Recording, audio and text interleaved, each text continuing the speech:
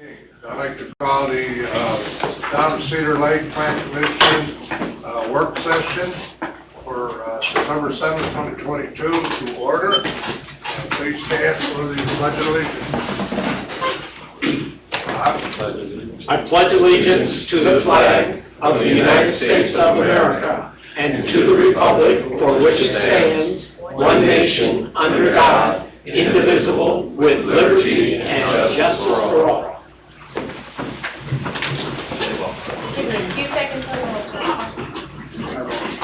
Immediately after the work session, we are going to go into a special public meeting.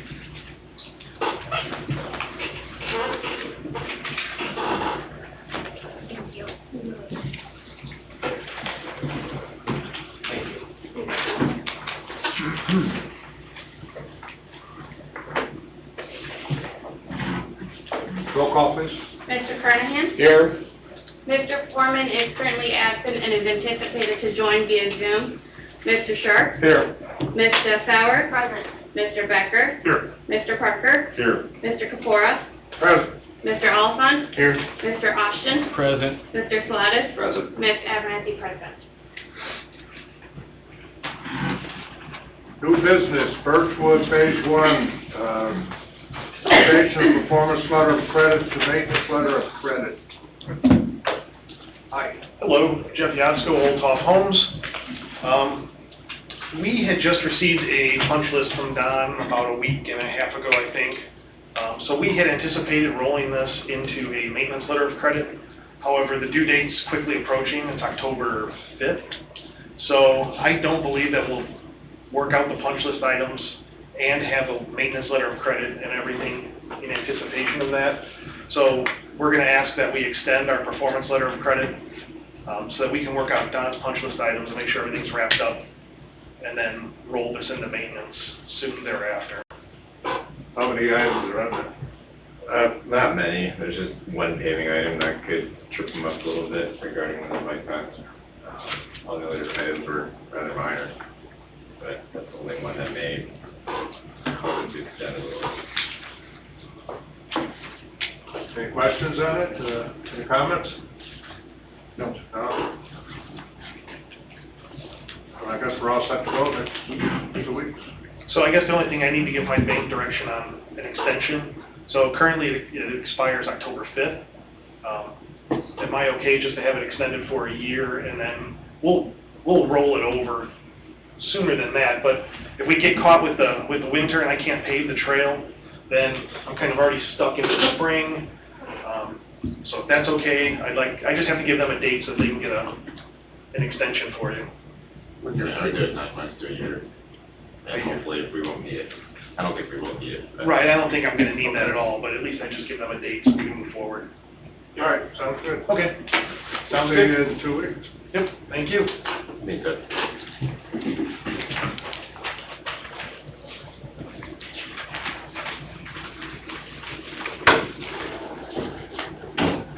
That would be till October 5th of 2023. Right.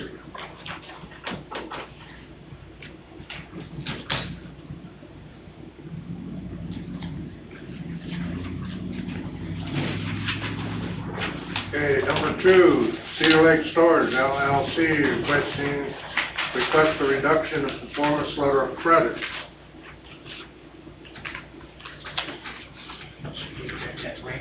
We have a petitioner? Right here.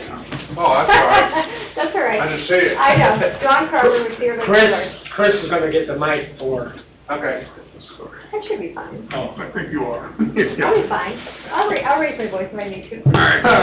It makes it easier for the record. Okay. Is that any better?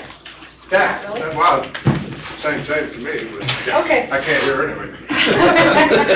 State your name and address, please. Dawn Crawford, Cedar Lake Storage, 9019 West 133rd Avenue. Okay. We are requesting a reduction of our letter of credit. We had 2 of them. The first one was for $242,741 for asphalting, and we've done the binder coat of our first phase, which reduces, if we take that 54,000 we spent and reduces that to 188,645. And then the second one is for the sidewalk out front with $18,854 dollars letter of credit. And the sidewalk is finished. The thing is that John had said for this one, because we just have the binder code, so there's some gaps between the asphalt and the sidewalk, but the sidewalk is finished, and he had mentioned that something about tie-in, but we're not quite sure where we're tying into because our sidewalk is in the middle of, there's nothing on either side of it. Initially, the plan was to mill some of that existing pavement off, so you could actually have a nice adequate butt joint tie it in.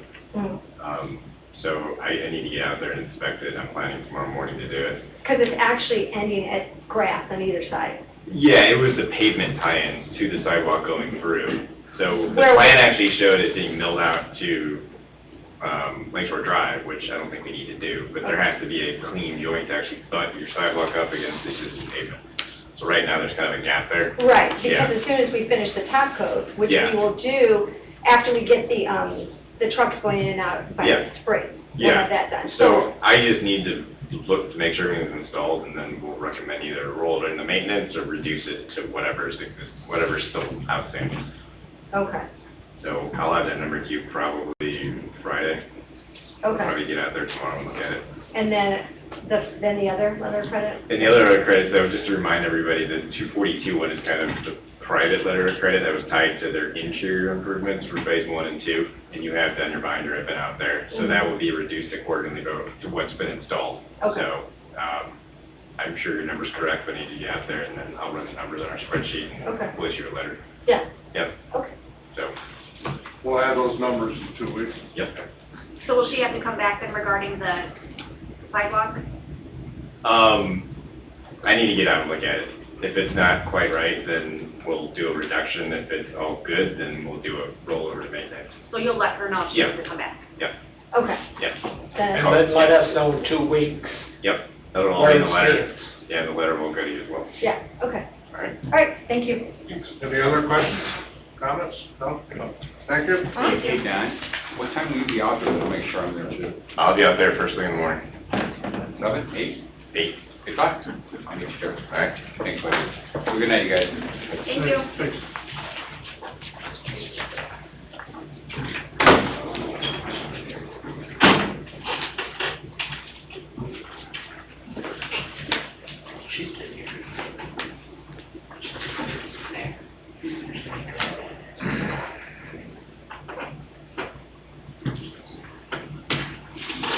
By the way, John's on Zoom now.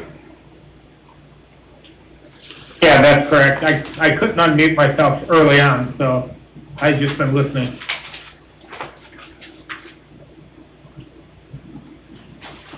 Number 3, Hanover Community School Corp., final plat amendment. Owner Hanover Middle School Building Corp., 9520 West 133rd Avenue, Cedar Lake. Petitioner Hanover Community School Corp., 9520 West 133rd. Petitioner is requesting a final plat amendment to allow for the address on the administration building to be changed to 14525 Wicker, and Red Cedars Elementary School to be changed to 10735 West 141st Avenue. Petitioner? I don't think the schools, apparently the school's not sent a representative. This was, and I can just speak to it, it's a amendment to the final plat because they would like to have mail delivered to separate buildings, and the post office has refused to deliver unless those buildings have separate addresses. So making this final plat amendment would give those buildings addresses so mail can be delivered to them directly. Should be no problem, right? It's mostly ministerial, or all administerial. No other comments? Discussion? Okay to go. I mean, I guess this is a minor change because the final plat is part of the PUD. That's really, It's ministerial. Yeah, I think it was primary. described accurately by Chris. We shouldn't make brain surgery out of it. Okay.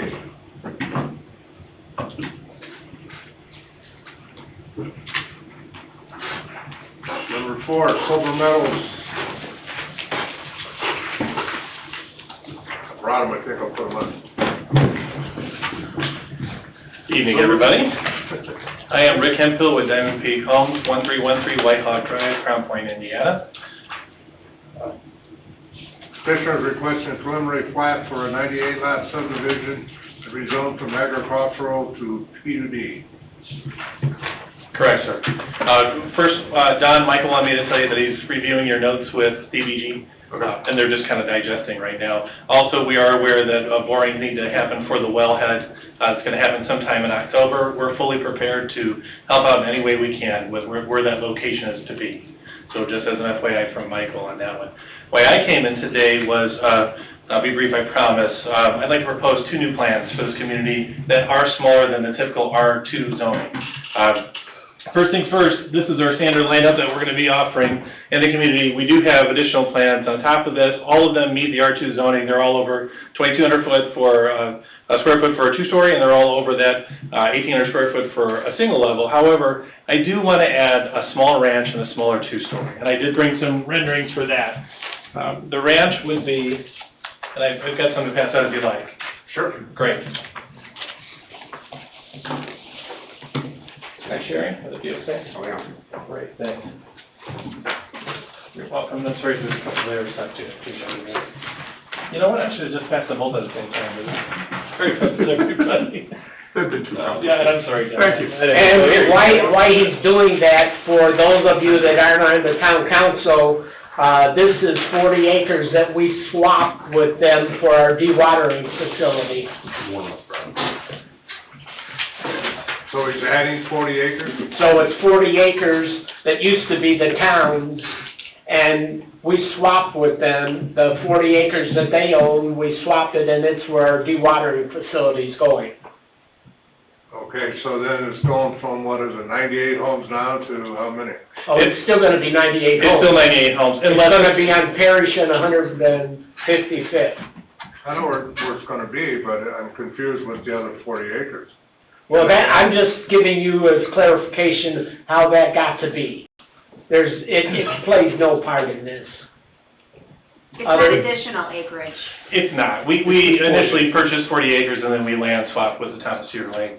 It was better for you to have the parcel that we had in order for the dredging project. Right, dewatering facility. Correct. Yes, I'm sorry for misspeaking about that. So all the number of houses, everything stays the same? Correct. In fact, and I've got a primary plat if you'd like to see it. That is reflection of the actual parcel, the actual plat, not the initial 40 acres that was to be swapped. It's the actual. I do have that if you'd like. I think we've got that on. We got that in here. Perfect. Excellent. Excellent. So the ranch that's in front of you is called the Wetterhorn. It is just over 1,400 square foot. It is 3 bedrooms, 2 baths. And the 2-story that's in front of you is unnamed as of yet. It's a proposal. It's going to be roughly, it'll actually be over 1,800 square foot because we do have to do a slight redraw on that. We don't really like a lot of bump outs and things of that nature. But those are the 2 that don't really meet the R2 zoning that we're asking for within our PUD. And mostly it's just to get a couple homes within a better price point within the neighborhood. Currently, most of our homes are in the mid-400s, and we'd really like to get something under that 400 mark if possible. That way we can get some of the first-time buyers and some of the servicemen and women in that can better afford that. And where this started was, I have 2 very close friends, Tony and Amanda, both teachers, one in Lowell, one in Lake Central Schools. They make a combined income of $125,000 a year. Normal bills, they can only afford about $350,000, which is exceedingly hard to find in a single-family home, non-maintenance free. And that's what we're proposing with these 2 plans. And as you can see, they're standard Diamond Peak quality and standard Diamond Peak renderings. We're going to really make them look amazing on the outside, and we just need to get a smaller footprint plan in there so we can get we get that pricing a little bit more advantageous for those who for those who aren't making $300,000 annually as a combined income. So what's the square footage on the ranch? The ranch is 1,412 square foot as it sits currently. We do have many options to make that larger. We can add a sunroom onto that. We can extend garages out. Anything we have a gable on, we can do that with. The 2-story is going to be roughly $1,850 when we're all done. Okay. It says heated square feet, you're not including the garage in there, I assume? Correct. Heated square feet, just living space Brad will be separate. It says 1777 on here, that's not right. That is not correct, because if you'll notice in the renderings, there's a bump out on the side. We would actually prefer to elongate that home, most likely, and we'll take it up on both stories. Most likely, it's going to add about 100, anywhere between 50 and 100 square foot onto that. But I just want to give you a prelim drawing. That's a design we really like a lot, and it mimics one of our other homes that we do called the Lincoln, and that's another reason why we wanted to do this. This is becoming exceedingly popular as a prairie-style home, and we wanted to have something that was just slightly smaller. It's only going to be a 3-bedroom, 2.5 bath. I don't believe that we have a 4-bedroom option for that one. Have we seen the plat on this, the preliminary plat? I've got copies if you'd like. But we haven't seen it before this, right? No. Okay, I'm making sure I'm not crazy. What's the count on the home? 98 homes, unless we put the wellhead on a couple lots, and it'll go down to 96.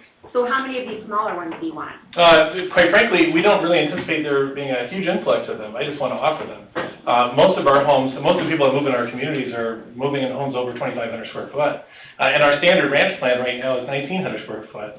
I would say on average, we probably do maybe 20% ranches, which is our Hayes Ranch. I think that's depicted on here as well. Might not, yep, this guy right there. But the vast majority of folks that actually build with us build either our Elbert model or they build our Powell 2 model. Both of them are right around 2,700 square feet. So I just wanted to have a little bit nicer of a price point for people to come in so they're not so intimidated to be in our community. So this home right here actually is too small for the town of Cedar Lake. We built this one in Latitude in Winfield. And it's the only community that we build in currently, and out of that entire community, I have 4. So the vast majority of my homes are the rest that you see here. So just as an FYI, so we don't really anticipate a lot of them selling. We just want that entry point, and also to give those people an opportunity to be in those communities. Because as of right now, with our current lineup and with our smallest home, which is our Jack, which is this guy down here at 2,250 square foot, a lot of people are priced out. You get a couple of teachers, they can't afford that. You get police officers, you get nurses, they can't afford this price point of a home, and these are hardworking people that we want to try to get into our community. What's the lot size on these? Are they all the same? They're actually roughly the same. 70 by 130 is the average. Some of them are going to be a little larger, especially when you have waterways, but those are going to have larger setbacks as well. And your entire development is going to be single family? Yes. And not a single one is maintenance-free either, so they're all single-family. Hence the reason why I'm asking about the smaller ranches. Mostly you see these small ranches in a maintenance-free community, like a Beacon Point or maybe, McFarland Homes build a lot of these, Old Tough build a lot of these. And they're really nice, but you don't really see them in a single-family style. When you get into a maintenance-free, now you've got to add on $140 a month plus in order to get your lawn mowed and your driveway shoveled. And that equates to somewhere between $40,000 and $50,000 today with current interest rates. So you take that $350,000 home, and now it's a $400,000 home, and it's unobtainable for the average buyer. I like that better than a Perryville or Oh, I agree, yeah, I agree, 100%.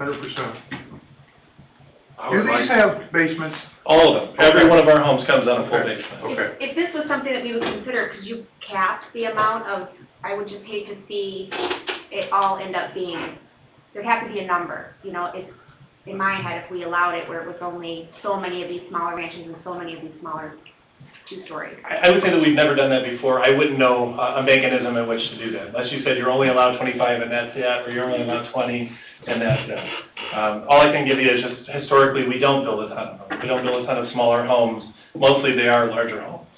Heather, there's a trail. The PUD agreement within the ordinance will require them to fulfill their contractual limitations before there would be an approval of the ordinance, much less subdivision, by you. That would and could be a term in that agreement. It'll run with the land.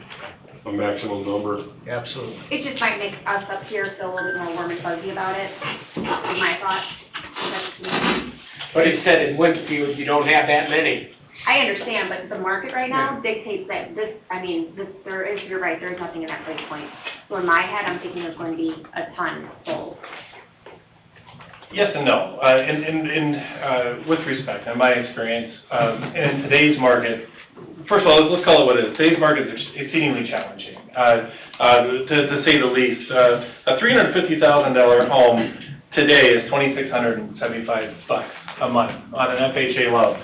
A $500,000 home at the beginning of this year was $2,800. So it's tough. It's tough to sell homes on our price point or any price point for that matter. So I agree with you on that fact. People are looking for a more budget-friendly option for sure. But the vast majority of people that are coming to me right now, They're not really looking at budget or interest rates, they're just looking at need. And any homes that we're putting under contract is because people need to be in that community or in that school system. They need that size of a home. So we're not really seeing a specific drive towards our smaller products. We do have smaller products out there. Sawgrass, for example, I've got a 1,600 square foot townhome. I've got maintenance-free ranches that are still sitting, that are 1,800 square feet. So, and right now I'm doing better on my larger homes than I am on my smaller ones. To be honest with you, it's more of an opportunity. Just if you wanted to be in this community, but you only had this X amount of dollars, you do have that option now. And we don't require that you upgrade at the yin-yang or you grandfather in with a bunch of upgrades that you have to do. There's no fine print with us. You can simply build a $375,000 home and we'll make it just as beautiful as the rest of ours. It's what's on the inside that you're going to upgrade or do something with. So just if I can give my humble opinion about that. That's what we're seeing right now in our current markets, and I think market trends would show the same thing. And ironically, the people that have generational wealth are the ones that are really buying right now. Custom homes are at an all-time high. We're probably taking more meetings for $1 million plus homes today than we ever have, which is unusual, but that's what's happening. Well, I would think that if we do go with this, that we are going to require a percentage of, 10%, 20%, not to exceed. 20% would be like 18, Because like the other said, I hate to see the whole 98 homes wind up being one of these two. Gotcha. Would it be for both or each? The percentage? Together. Gotcha. In total, in total, right. So you could have, 16 to one and 2 of the other, or half and half, or what have you, but no, I'm not gonna say, you can have 18 of these and then 18 of that, all of a sudden we're up to, like 40%. Gotcha. And that's what we're trying to stay away from.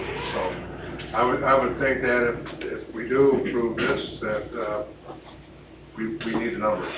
I'm pretty comfortable with that, just given our history in our other communities, to be honest with you. So Yeah. I'll take the win. Yeah. Any other comments?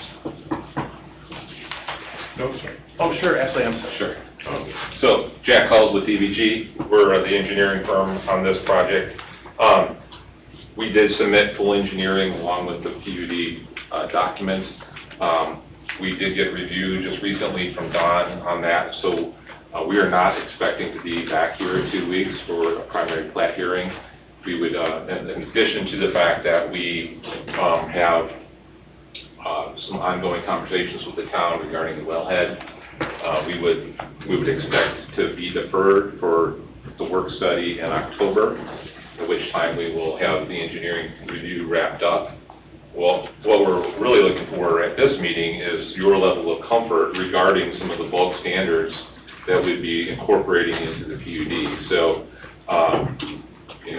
Rick had mentioned that the R2 zone is kind of the base zone that we would be using.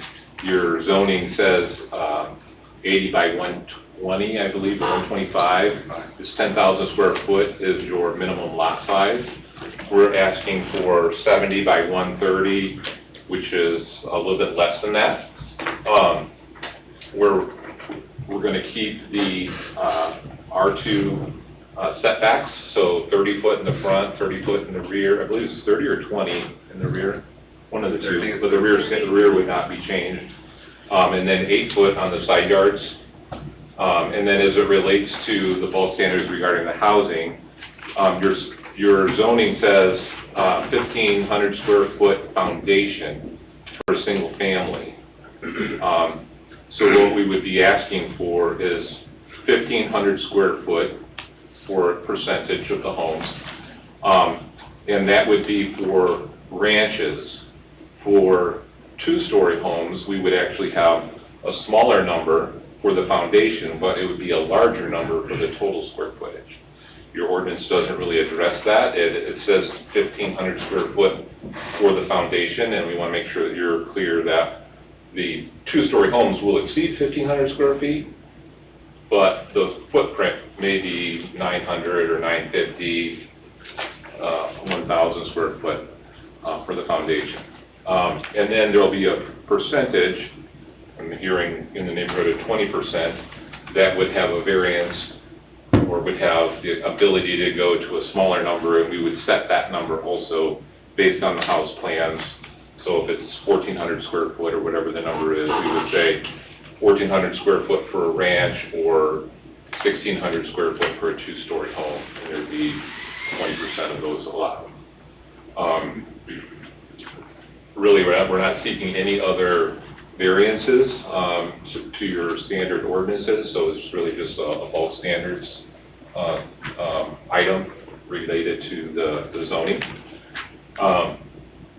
There'll be the typical covenants and restrictions that we're going to be put in place. Dave will have copies of those to review. So we anticipate that over the next month there'll be a lot of work done, but we wanted to make sure that we were headed in the right direction with the Plan Commission, making sure that you were comfortable with the density, the lot sizes, basically the bulk standards as we move forward with the engineering. And then as it relates to the outlot for the park, we did meet with the park department, and Chris was there, and we discussed the need for the park, but the need for another well site kind of superseded that, and the park department was fully on board with that recommendation. So what we would do is if the well site does prove to be profitable, we're anticipating between lot 31 and 30, kind of where that area, so those two lots would become a park, which is where the wellhead would be. And then we actually would take the area that we are dedicating, or we're allocating currently for the park, and possibly make those two lots. So that would be at the end of that, and be basically between lot 10 and lot 76 on your plat, and on that curve there, we can fit two more lots there. So we really wouldn't change the lot count with that information. It would just, and we wouldn't really change the engineering. All the engineering would be supported. It would just be whether there's lots here or lots there. So that's how we would like to move forward with your blessing on that. So, if you have any other questions. Thanks for clarifying that. What was that? I thought we were ready to left. Thanks for clarifying. John? So it appears that we do not yet have their final numbers on the bulk standards. They have some proposals. It sounds like those are within the documents. Those are important and critical part of the PUD agreement that will support the PUD ordinance. It occurred to me as Jack was smoothly presenting this, and I appreciate that. I haven't seen you for a while. That perhaps this might be a great opportunity as we see lower cost, lower valued projects come to you, that perhaps doing form-based exhibits or drawings for the identification of these lots, how they work, how they set back, how we go forward. We're going to be in a contract. It's a contract development. So this is a great opportunity to lock it in, picture it, put it in the terms and the conditions of the agreement, and you've got a really pretty good working relationship. Everybody understands. Yeah, just for my clarification on that, so would you be suggesting that maybe some schematic floor plans form-based, absolutely, would be a part of the PUD agreement, so that there would be some understanding that the footprints of the buildings are going to look something like this? We wouldn't necessarily want to lock ourselves to the inch, but we can lock ourselves in pretty close. You're going to be locked in pretty close. Well, yeah. I mean, we can lock it to the inch if we want, if you Well, wanted to. That would I didn't suggest that. I'm just saying that this is an opportunity for everybody to have a scorecard and a game plan. And particularly the note to me as I was listening to the presentation for our benefit here in the town is that values are being presented of lower valued homes with smaller square footage. That does have an economic impact. So making certain that whatever it is you deem appropriate upon presentation, public hearing, and action is what you're good with. We lock it in. Doesn't slide, doesn't slip, doesn't shrink, doesn't have change issues to it. And things such as finishes, could be a part of that too, so. Well, we've made some mistakes here. Driving through Lennar Rose Garden Estates, you'll see some of those pretty evidently, colors and sameness. Anti-monotony. Monotony. Yeah. I mean, you can go right down the path. Put in a non-conformity clause. And that's the basis for form-based and more detail in the presentation. You can tell us all you want about these homes, and I can drive to Winfield and look at them. What's better view? Going to Winfield and looking at them, because that's what you build. Well, we're going to put that, or my suggestion to you is that's how you call it, is that it end up in the ordinance and the commitment. And that project that you referred to, the Latitude project, did have similar things such as that, such as the anti-monotony, and I don't know if the floor plans were in there, but there was. I've been there. Huh? I've been there. Yeah, exactly. So, there was, the petitioner would be aware and prepared to provide you with those things. Would floor plans just be on the smaller homes or on all 98 days? Well, it depends what he actually tells you percentage-wise he wants to put on a variety of lots. I don't know. Admittedly, I hadn't thought about a percentage, because again, we don't really sell the smaller homes very often. And just to your point, we also build in Beacon Point West, and our average selling price right there right now is high 500. In fact, I think we have the highest selling production home in Cedar Lake to date, which was $626,000 there. And it's one of our production homes that's part of this lineup that will be going into this community, just as an FYI. So again, I fully appreciate that, and we will definitely think about a percentage that we think that we could actually propose to the general public, but most people don't just take a base home. We're just wanting to offer it. Most people are going to want to have a third-car garage or a sunroom or things of that nature, which is going to dramatically increase the square footage of the home. What's the hang-up about a 1,400 square foot house? I'd rather have a subdivision. I guess the monotony could become a problem if they're the same house over and over again, 1,400 square feet. Yeah, monotony has a couple of characteristics. One is actually the color and the scheme for aesthetics. Second is the... But these cottage homes and parent villas, those damn things look alike, and we're putting them all over the place, and they're not standing in front of us right now, Greg. These guys are. Yeah. Well, I mean, I like the single-family aspect of it. Square footage, 1,400 square foot's a decent-sized home, especially if it's going to have a basement. A full basement, right? Yes, Is it always. full basement? Yeah. Okay. Again, that's your call. That's another talking point.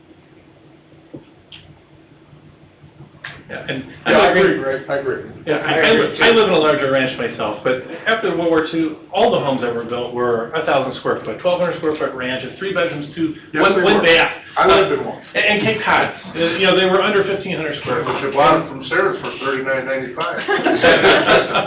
Well, and that's fun to your point, I've It actually was easier to fight with your brother and sister at that point. It really was.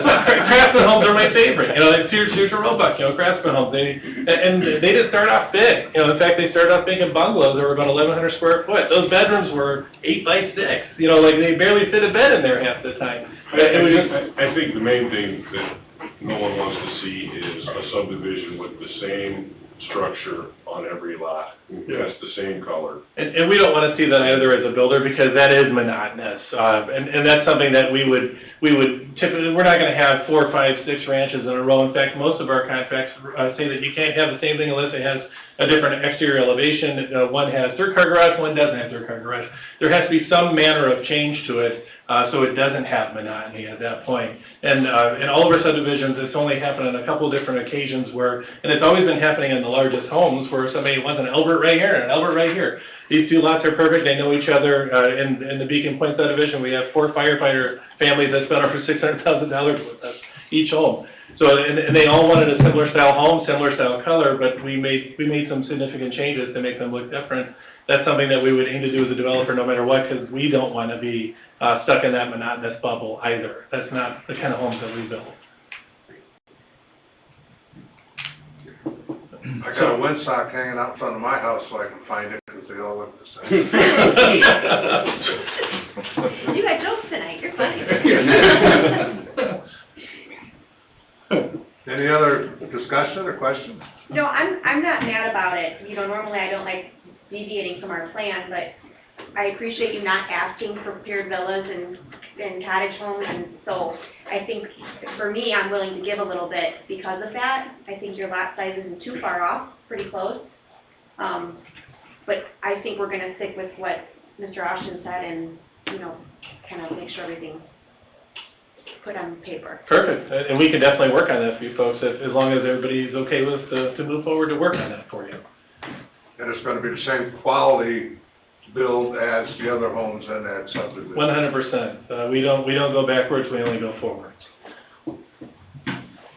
There is one larger deviation that they're asking for, is no sidewalk along 155th and Parish. Well, that's gonna be a problem.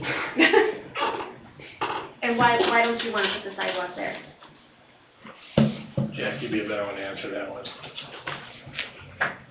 Well, you were showing a berm there, weren't you? Yeah, Yeah, so, You guys are doing so good, too.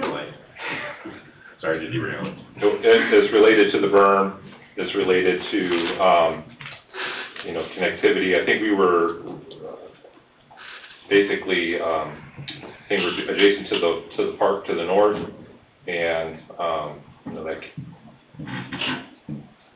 that's what the request is. That's basically what I can say. Is that we don't see the need for it, and so we're requesting that. There isn't one right now. What was that? There isn't a need for it right now. The sidewalk thing is Yeah, looking into the future and having something to connect to as these developments develop. Because if you don't put it in, it's never gonna get put in. And I wouldn't support no sidewalks. Yeah, I think you know, when we look at two sides of this project being, frontage, we've got full roadway improvements to do on 155th and Parish. You know, that sidewalk's a significant, cost item. You know, we can do that sidewalk. Yeah, you know, we'd like to, not do it and, maybe put that money elsewhere, in the subdivision or, you know, or elsewhere, but that's fine. That's what we have to do. Council's It's your position call. is It's a request. still on that, Bob? Yep. As is ours. I'm hearing no. That would be Go tough. ahead, Yeah. We get lots of fights up here off the clock about that, so. All right. And the growth someday, 50, 60, 70, 80 years, there may be connectivity there. Well, there will be at some No. point. Well, from sale of current private We never property, know. right? Yeah.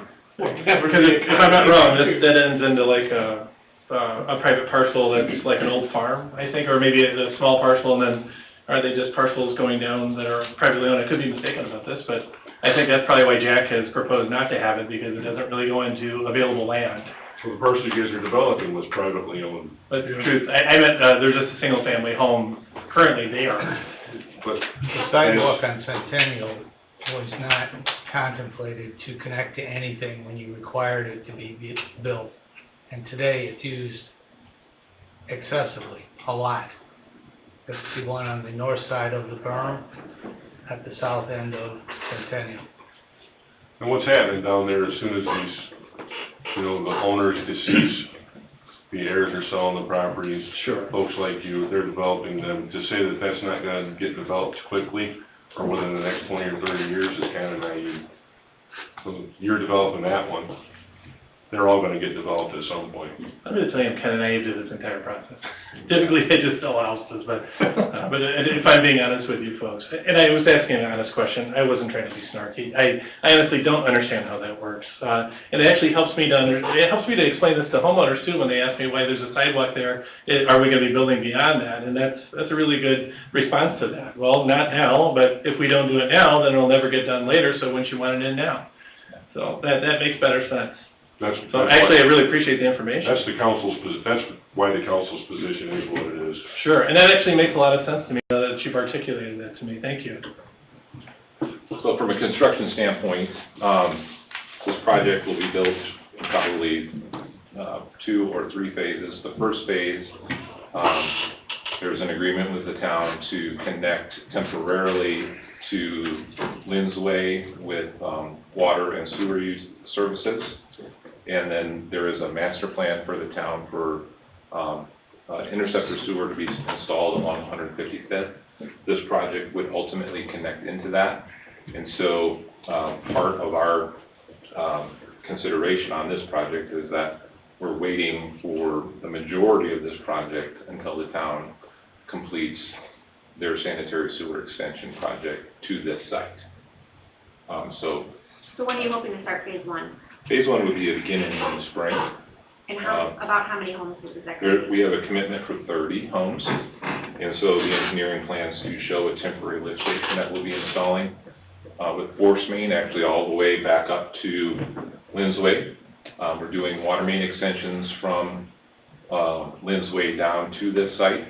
So there's a lot of off-site costs that are associated with this, and I think that's part of the reason for the ask on the sidewalk, is those considerations. So we can maybe revisit that a little bit if you would like, but maybe not. But that would be the primary reason. And also primarily the timeline that this project is tied to the town of Cedar Lake extensions for sewer mains to the project. So, open for any more input. We've gotten a lot of good things from you guys tonight. Really appreciate your input and honesty on Jay, if I can interrupt you right there, I just wanted to, because you mentioned the extensions and things of that nature. Don, does that line up with the plan that the town has current? Because I have no idea. So Neil and I met with Jack and Michael Herbers over this. It does. It does line up? It's gonna, I believe it's gonna be on the west side of Parish, so it lines up. Everybody understands that we're not gonna have another lakeside issue if they wanna start in the spring. Everybody understands that these two are kind of. Right, so we have a commitment as part of the sale agreement that we can do 30 homes, temporarily connection into Lynn's Way. And so we understand that moving forward, and that the remainder of it, we're hopeful that the town's projects for sanitary sewer extensions will be possibly in the 2024 calendar year, and, so we're hopeful.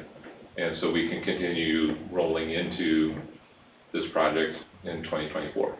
Was this part of phase two, Chris? Maybe three? Believe so. Okay. 2, 3. One's being constructed now. Yeah.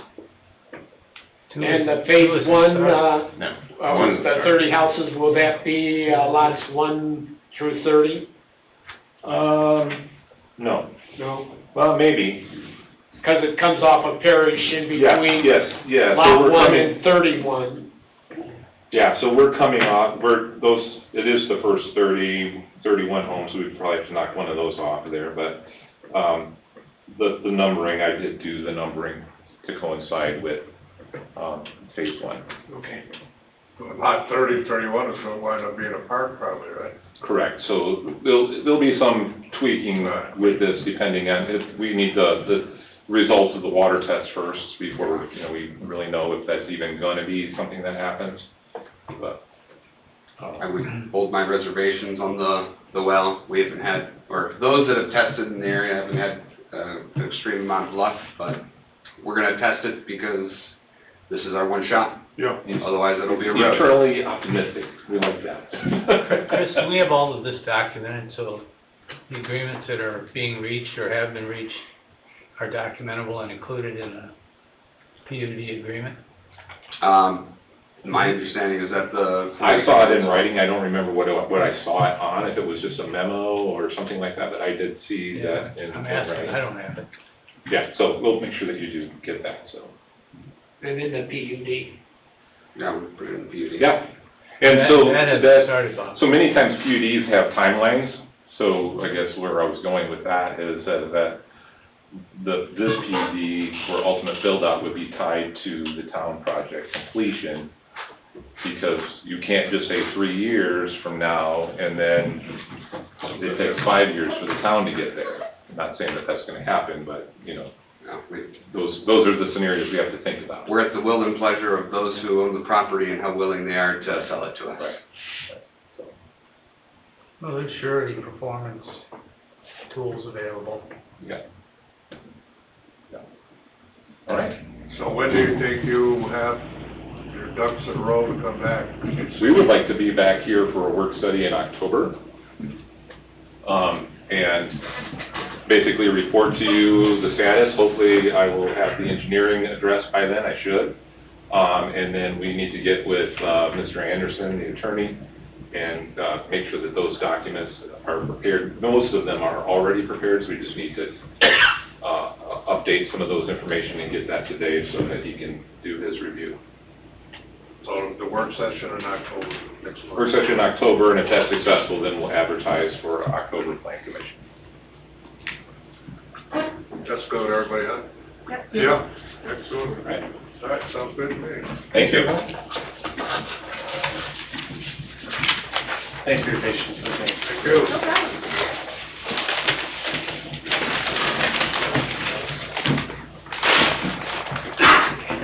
Thanks again, man.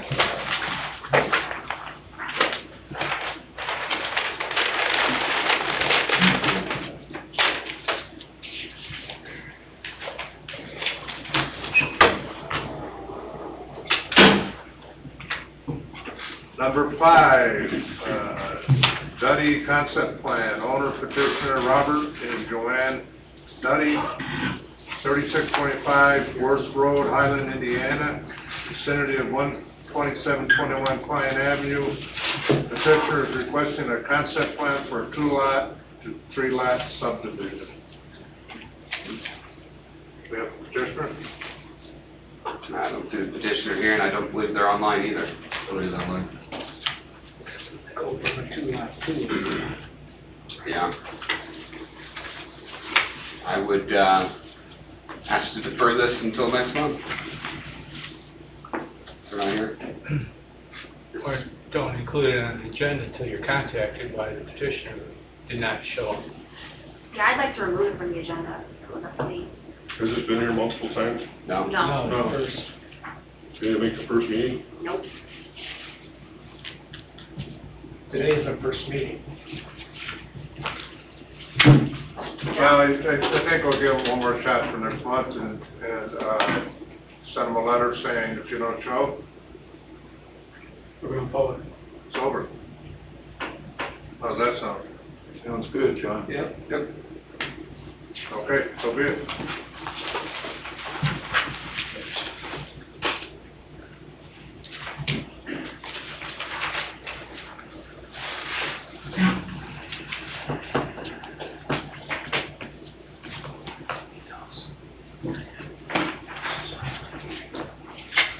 Number 6, Lakeside South Concept Plan, owner Cedar Lake, 133 LLC, 8900 Wicker Avenue, St. John, petitioner Shilling Development, 8900 Wicker Avenue, vicinity of 5604 West of 141st Avenue. Petitioner is requesting a concept plan for Lakeside South and discuss rezoning the property to a PUD.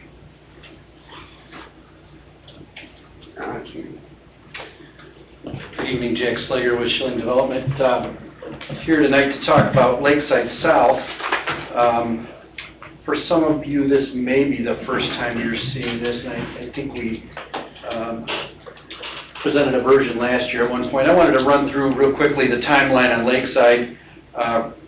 Some of you were around when this all started.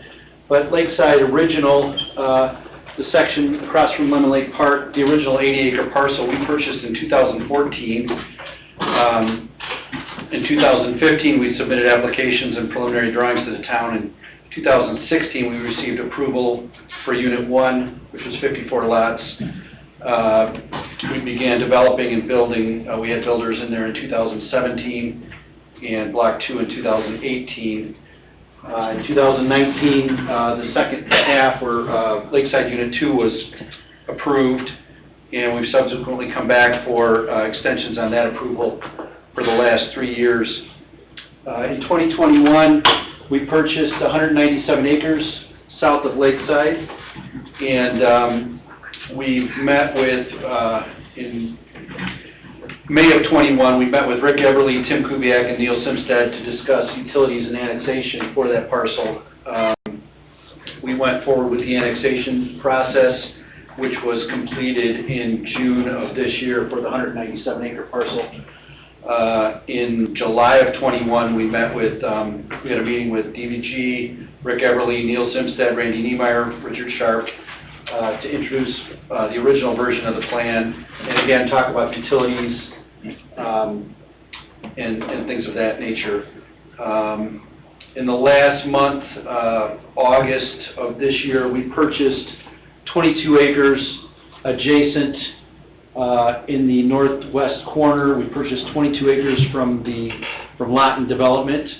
They own the parcel all the way out to Morse, but we purchased everything up to the creek, up to Founder's Creek on this corner. So we added an additional 22 acres up here, which allowed us to reconfigure from the last time you saw this plan.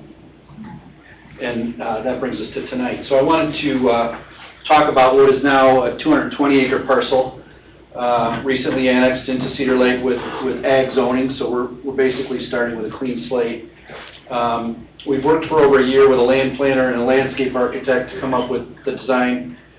We spent a lot of time on it. We're super excited about how it's come together and what we're presenting. For the overall site, we'll tie our main road into the main road that comes through Lakeside Original, which is a wider street all the way from 133rd coming south. That road will tie through the site, and will ultimately, there will be a grand entrance on 141st to the site. We'll also provide additional future stubs out to the east that can go out to Cedar Lake Road. Is it still going to be 519 housing units? It is, I'll get to that in a minute. You're getting ahead of me. All right. So the entrance will be heavily bermed and landscaped, and then we'll have additional like mini entrances within the development to kind of identify the different product types that we have. So in addition to the 13-acre lake in the middle, this will be a wet lake with fountains. We have a 10-acre park at the entrance that'll have playground equipment, possibly some additional amenities, maybe a shelter. And then one of the things that we're really excited about is this an east-west path that comes all the way from our east border through the middle of the development and pokes out the west side near Founder's Creek, and would ultimately tie this project to your future, hopefully future Founder's Creek Trail project that would go from Lemon Lake out to Morse, which would give access to all the residents here via pathway either north to Lemon Lake or west out to Morse and ultimately to the town grounds. We've worked to make all of the roads curved. It adds a little bit of expense, decreases our lot numbers by having curved roads, but we like not having the linear patterns. It breaks things up a little bit. It actually helps with the anti-monotony if you have units that are similar. By putting them on a curve, just changes things up a little bit. We're proposing 3 distinct products, and we would have single-family lots, that's the yellowy orangey here. We would have cottage homes maintenance-free, that's kind of the pinky color in the northwest corner, and then we would have paired villas maintenance-free in the southwest corner. Each of the product types accounts for approximately 25% of the land. So we have, and you can see the chart over there. Do you have the numbers on the single family? The single family accounts for 156 units, okay, and it's 25.9% of the land.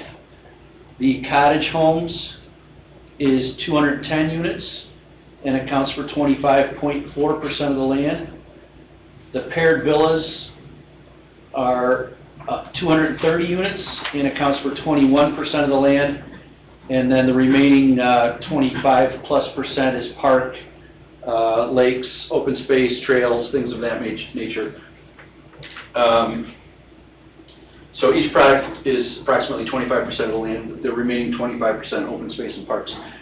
This plan proposes 596 units. And that equates to an overall density of 2.7, I believe. I had that. Yeah, Bob, do you have his 2.7. sheet? He's got a sheet that has all this on it. Yeah. Okay. Yeah, he pointed that out after I. It's in the corner there, yeah, it might be really small for you, Yeah. but it's there. It's also on the iPad, Okay. yeah. So we end up with a density of about 2.7. By comparison, Lakeside, which was all single-family and more linear streets, so you can actually get a little higher density by having straight roads. Lakeside Original, all single-family, was 2.5 units per acre. So we're going from 2.5 units to 2.7 units per acre overall. The single-family lots are 80 by 135. Same covenants as original Lakeside, or possibly higher.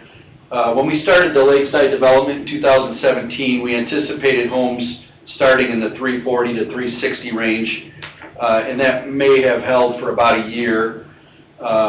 Went up pretty quickly, and last year they finished with the final units that were built in there.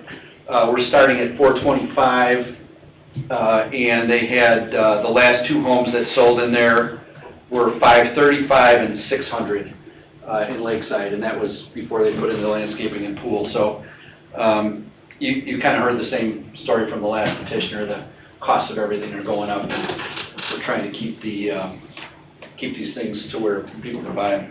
Is this price similar to Copper Creek? It will be, yeah. It became that as we went into Lakeside. It was originally started as maybe a step down from Copper Creek, but it ended up being almost the same. So, so we anticipate the single-family portion being 425 and up. That's this year's prices. That might be even higher by next year. The cottage homes are on 60 by 135 lots. By comparison, when we did the original Beacon Point, those were 56 by 125s. So we've gone a little wider, a little deeper. 60 by 135. We would have at least 4 different models, and they would range from 1,600 to 2,300 square feet. And pricing on those would be 340 to 400. And I think I forgot to mention, but we would likely have three different builders, one builder for each product. So three distinct products, 3 distinct builders. So the cottage homes, 340 to 400, and then the paired villas, they're on 90 by 135 lots, and again, at least 4 different models ranging from 1,350 to 1,650 square feet, and starting prices on those are 300 to 350. 300 to 350? 300 to 350, yes. Jeff, I'm sorry, I missed your single families. What's the lot size and the models and the price on those? So single family, 80 by 135,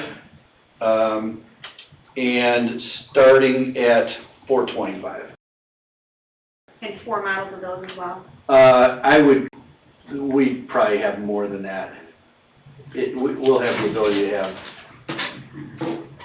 I would say, at least 6 models. Thank you. And again, we're heading towards a PUD designation here, so a lot of the stuff can be spelled out in a PUD document. Not necessarily values, but for sure size ranges and things of that nature.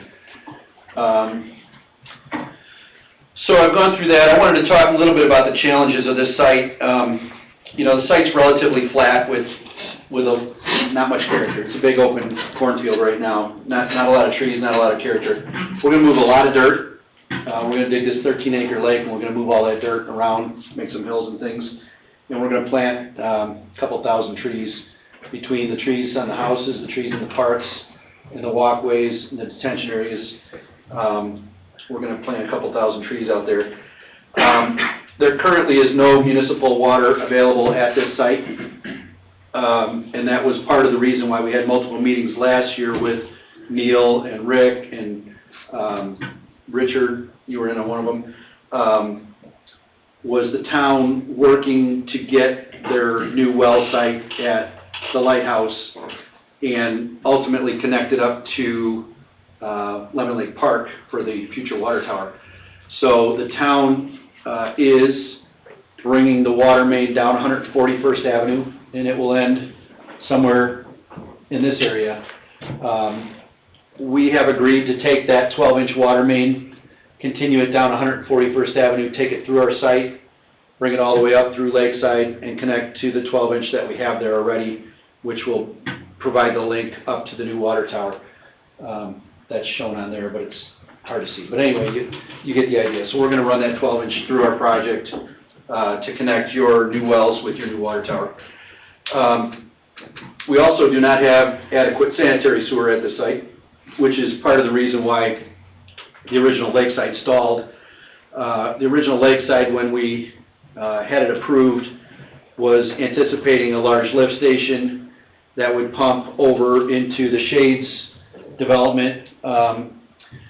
After a lot of analysis of the sewers in the Shades, it was determined that those sewers were not adequate. They were old and failing and not a good place to pump a bunch of new sewer. So we searched and searched, and basically, after many meetings with Neil and the town, it was recommended that we go all the way out to Moore Street to tie into the sanitary sewer. Now, the town has recently done some rehabilitation on the Moore Street sanitary sewer, so that's in good shape now. That's the main trunk line that goes south towards Lowell. We are going to tie into that Moore Street sewer, and we're going to run a deep, oversized 15-inch sanitary sewer, calling it an East Side Interceptor. We're going to run it off-site through our project and up and around. It will ultimately get all the way to Lakeside. It will handle our parcel. It will handle several of the adjoining farms, and that is that's going to cost us it's going to cost us over $1 million to get that sewer run out to Moore Street. Did that eliminate the lift station? Yeah, no lift station. So that's what's really nice. I mean, it's big and it's deep, but it's no lift stations. And one bonus to that, and this was an idea, maybe, I don't know if Neil had it originally, but we're going to make sure it's deep enough and it's in the right location that if the town ever wanted to, they could connect Robin's Nest in and eliminate the Robin's Nest lift station. Now, that doesn't need to be done. Robin's Nest lift station is working fine right now. It's had some upgrades. We paid for some upgrades. You guys did some upgrades. It's working fine, but you will have the ability someday to tie that together if you choose to, and so that sewer will be there for that purpose. So the Eastside Sanitary, due to the size of the overall project, we anticipate it'll take 6 to 8 years to develop this in phases, which would mean at least a 10-year build-out. By the time you get all the units built, there's usually at least a 2-year lag by the time you're done developing until everything's built out. So you're looking at a 10-year build-out. How many phases is that? Probably 8, probably 1 a year. And we would come in with a little bit of each product each time. So I would anticipate we'd come in with the main entrance off 141st, maybe 20 villas, 20 cottages, and 20 single family, something like that. And we would work these two sites together from north and south and ultimately join them together. But you would have the road connectivity initially, right? Not initially, because we're working our way south from the north, and we're working, we're going to get there, but it wouldn't be immediately. That would be a monster phase. That would be several hundred lots, because we're way up here. So the sewer will have to get there. So we'll have to get the sewer done. We'll have to get the water main done. So we have a lot of upfront expenses. The engineering, massive engineering project to put this all together, the dirt moving, the off-site work. So it's going to be a major undertaking. Because of some of those challenges, we're asking for a slight increase in density, again from that 2.5 to the 2.7. And so I just wanted to get it in front of you tonight for the first time. I realize this is going to be a months-long, if not years-long process, but we're excited about it. It ties in nicely with a lot of the projects that the town's doing between water and sewer. Right. This is really the only new development on the east side of town. It all falls in the Crown Point School District. Yeah, so I don't know. Other than that, I'd be glad to answer any questions. can I get you to commit to not calling another subdivision Lakeside, so we don't have a Beacon Point situation again? Well, sure. I get We all love the kinds of name. people, Yeah. Beacon Point, are you Beacon Point West, Yeah. Beacon Point, or Beacon Point East? Or Yeah. 1 through 8? Yeah, no, I get it, and that one maybe is a little more divided. This one should feel cohesive when it's done. You're calling it Lakeside South, We're right? calling it Lakeside South just so we all know what it is. I mean, ultimately, there's gonna be a sign down here that says Lakeside, and there's gonna be a sign up here that says Lakeside. For those of us that have been involved in the planning, we'll know this was Lakeside Original, this is Lakeside South, but maybe it'll say that on the plats, but it won't say it on the signs. Okay. And who knows, I mean, once the sewer and water gets out here, there's a massive amount of open land out there that, this thing could continue to grow. You can go ahead. Are you going to finish Lakeside Original before you start south? I would like to continue with Lakeside Original. I don't think we will finish it before we start this. I think we will work both together. How many lots are left in, I'm sorry, go ahead. Can you go ahead and start finishing off or working towards finishing Lakeside, now, or do you have to wait till the sewer main gets there? or- Yeah, it's a We good gotta wait question. for the water to get there. Well, water's one, I realize that, but. Actually, we mainly have to wait for the sewer. The sewer is the main thing that we need, and that's that major run all the way from Moore Street in. So we need the sewer to get Lakeside up and running. The water, we can use what we have for about 30 homes, that there's capacity in the existing water system for about 30. So we could get started there. Where the 200 are, Yes. you can Yep. do 30 more Yep. above the 54? Above the 54 that we have, yeah. And that's always been the case. There was always a little bit of I was extra. always told Yeah. 146 couldn't be built till we got the water to it. Yeah, no, there's a little bit of water capacity there. And it's my understanding that you guys are already, I don't know what stage your water extension is, but I think you've awarded the bids. I don't believe they've started construction, but I feel pretty confident that that's coming. So, that's on its way. The question was, how many are left here? So we had 200 exactly, and we developed 54, so there's 146 left. The next phase of Lakeside, and I was gonna bring that little sketch, but it's a chunk right in here, would be 55 lots. So we would start with 55 lots, knowing that we could only build 30 until we get the water, but with 55 lots.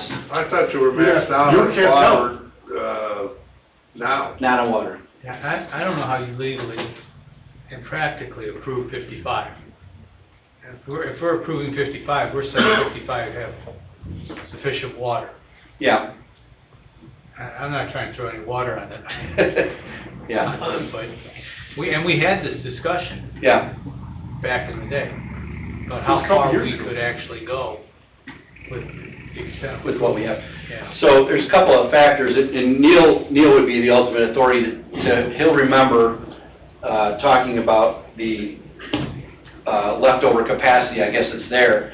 But the other thing that he has suggested we could do is now that the 54 are built, and that whole system is operational still, they can do another flow test on there, and likely it's something more than 30. 30 was what their calculations showed, but they can do a new flow test, see how much is being used by the true 54 that are there, and he said it always exceeds what the numbers calculated are. So we can figure that out, but... We hope to have the water tower in by next August. Yep, and I would imagine we would have a couple of homes up by then, so that would be our goal. Jack, is your intention to get water and sewer extensions started next year at some point? The off-site, Yeah. ideally, the off-site sewer, I would love to do over the winter, potentially this winter. It is a good time to get contractors to do work in the winter, because they're looking for stuff to do. The crop is not in the field, so we can get across there, so there are benefits to doing, the off-site sewer in the winter. The off-site, well, we'll call it an off-site water main, but you guys are bringing the water main to us. We just gotta run it through our site. We've already somewhat designed that, So we know that may just be running through the middle of a cornfield for right now. Those extensions would actually be part of the Lakeside Unit 2 subdivision. There would be, so they would be tied to this project, but they would be permitted as part of that approval project so that we can, they'll be moving forward with the approval. Actually, they've been approved, haven't they? Unit 2 is approved, yeah. And you come in and get extensions? Yep. On the plat. So the on-site engineering for Unit 2 is done and approved, the primary plat is approved, none of that's gonna change, we just need to get the sewer and water there. And they've also, did a lot of test wells over there with their nickel, and, they discovered a huge amount of water, but the quality wasn't there, so. Yeah. Not good. You're gonna put in, say, roughly 800 homes there, how's that gonna impact the surrounding roads in it? I mean, you have two entrances? Yep. One on 133rd and one on 141st? Yep. And how's that gonna impact? I mean, you're gonna have 800 homes, probably 1,600 cars. We can- Not counting the kids. Yeah, no, I get it, that's a concern. I'm glad you said that, Jack, because it's a good time to ask the council members that are here tonight. Since 2019, has there been any discussion about upgrading avenues for traffic on the east side of the lake, knowing that all these developments on the east side are coming, the Brunt Farm and this? And Well, Don's got we're gonna do some of the east side roads off of Morris that you had requested. But, we haven't looked at any kind of, lane additions. We need them. Maybe that's what we need to discuss. Because this is Double lanes before. This is like the tip of the iceberg of what's going to happen in this. Everything around this is farm ground. You think they're going to stop? No. You think they're going to come in for less dense projects? And that's part of the reason why we're building a fire station and a police station over here, because of the growth that's gonna happen here. So that's part of our future plans, but I agree with you. We're We going to have need, people backed up from the stop sign at the liquor store all the way to where Lincoln School used to be. Well, if the roads aren't lined, the police and fire aren't gonna be able to get anywhere. Right. So, You're only Saturdays, it's a mess out here now. You're only gonna have like 2 ways to 41, would be down, Lake Shore there, you know, and past the golf course, right? now might be a sensitive time to talk about traffic with all the construction we have. Everyone's on edge a little bit. Well, I actually commend the town, I think you guys are improving more roads than any other town around here, so you're doing it right. Obviously, you're gonna have at least 10 years, or we're gonna have at least 10 years to figure it out as this goes. But you're not the only one developing over there. Lottman has property over there, and there's a couple of other developers. Yeah, no, I agree, and once we bring sewer and water in, it opens up everything else. But that will come in time, it might be 10 years, I don't know. But we can do a traffic study, I can tell you that we put a lot of thought into that, and obviously, whatever, 50% of the traffic's gonna go north out to 133rd. We've got traffic that goes out to 141st, some of that will go into town, some of that will go out towards Crown Point, some of that may go south on Reeder to Lowell. We have ways to determine, they have ways to determine traffic studies and figure out where that traffic is gonna go, how many cars are going that way, how many cars are going this way, how many cars are, once they get to 133rd, how many go left, how many go right. Those are things we can look into and we can talk about. But if we were to take the site, because of the size of it, and say, we want to make it all single family, because of the sheer number, if you had 800 single family homes, this then becomes a 20-year project. That we just cannot, you can't develop, sell, and build that many of the same type of product. It's just too many of the same thing all at once. So that's part of the reason why we're asking for 3 distinct products, and that will help keep this thing moving faster to an 8-year schedule instead of a 20-year schedule. I know I'm not in favor of multifamily. We have enough multifamily, and here in this farmland, it's not already pre-plotted. I don't know why we want multifamily. We're trying to get away from multifamily around here. I mean, we have too much of it now, and it's too much density in that area. Like I said, with almost 600 units total, you're gonna have 1,200 cars. At least. At least. Yeah. My family, I have 4 cars. I realize You know, it's a big so- number, and that's the problem when we come in with a 200-acre development. It's a big, big number. If we were doing these 40 acres at a time, like the last one that came in, then maybe, whatever, 80 units at a time, and sounds good. We're trying to put together a cohesive plan that works, and it's not all the same stuff that But we everybody else. still only have 2-lane roads everywhere around there. It's just a 2-lane road. Yeah, no, I get it. We're gonna be gridlocked. Jack, I mean, it's gridlocked now. including prices to TIS for the overall build-out. Yeah. Okay? Yeah. Yeah, we'll get working on that. What'd you say, Dan? Traffic impact study. Okay. Yeah, we can help identify where the bottlenecks will be, if and where. You know, maybe it's 141st at Morse, and that needs a left turn. John, are you still there? Yeah, right here. No. Foreman.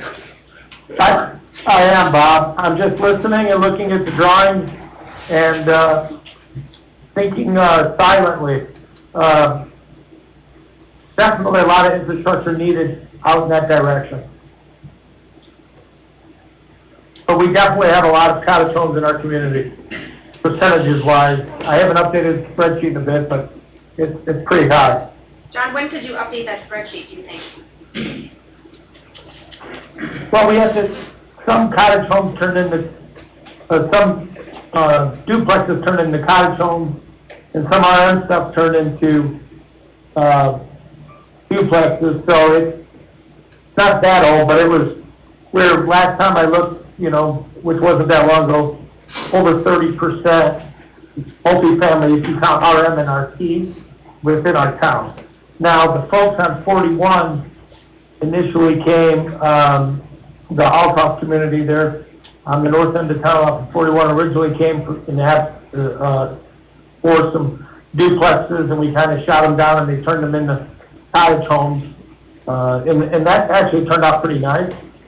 And like the last petitioner, perhaps some sort of small home, but with you know, the ability for basement or what have you. Now, I do know some of these cottage homes do have basements, and even though, you know, the $350,000, it's just a lot of, I worry about the day the HOAs and POAs break down in those kind of communities, more so than anything else, I think. So I'm just still kind of taking this all in.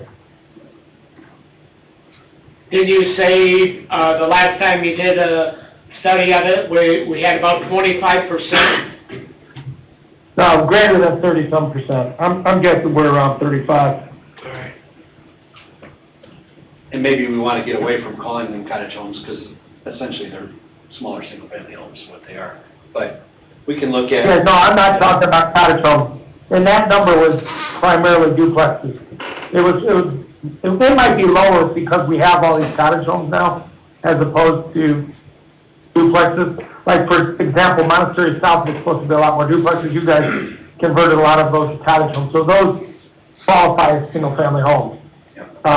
So it might be 25%, Bob. I'll try to update that soon. $350,000 or $340,000 cottage home is still an expensive home. I think. Yeah, they're not expensive, and they're not shoddy, I get it, but. I guess maybe the one difference is, in most cases, they're maintenance-free. So it includes their lawn and snow removal. And so we've talked at times about trying to do a restricted community of over 55. They experimented with that a little bit in St. John and the Gates. We found that we don't have to do that. The product itself dictates that. It ends up being primarily empty nesters, singles, maybe young families, but once they have a kid or two, they move out to a single-family home. So, one of the benefits to these products, these maintenance-free products, is you don't overwhelm the school systems. You've got empty nesters, a lot of them come from the community, and you've got young starters, I guess. So that's what we see in the products, but we'll do some traffic studies and see what that flushes out, and we'll see if there's some real bottleneck somewhere. One of the things that we did not show on the plan was a connection to Robin's Nest, where they have a stub street. Now, there will be a connection between Lakeside Original and Robin's Nest, right on the edge of the plan there. That'll be East and west. potentially the next street, the next phase will include that. So you also have, you have that connection there. We didn't think they would want this connection, but we kind of laid it out where there's a lot there that we could remove if you guys decided that was a wise connection to make. We kind of had the same situation with Beacon Point Utopia, and we went round and round for a couple months on that, and when it was all said and done, it was decided not to make that connection between the old and the new. So that's something to think about. I thought maybe a sidewalk connection would be nice there, so that kids or bikes or walkers could make the connection back and forth between the neighborhoods without having to go all the way around. But there is a connection between the two, not that far away, so.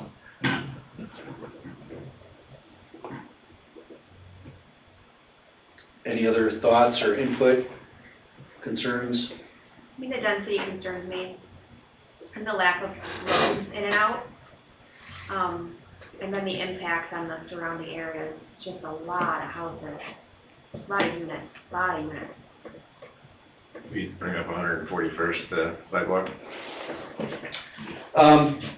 Yeah, I heard the discussion with the previous petitioner. You know, we tried to accommodate that by bringing our walking path out right here and then bringing it through the subdivision and back into Founder's Creek.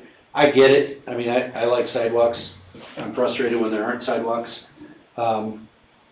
If you guys are gonna demand a sidewalk along 141st, we'll do it. I mean, in the whole scheme of things, it's probably $50,000 for the sidewalk, so You do have it's a not lot worth more fighting. connectivity than the last petitioner.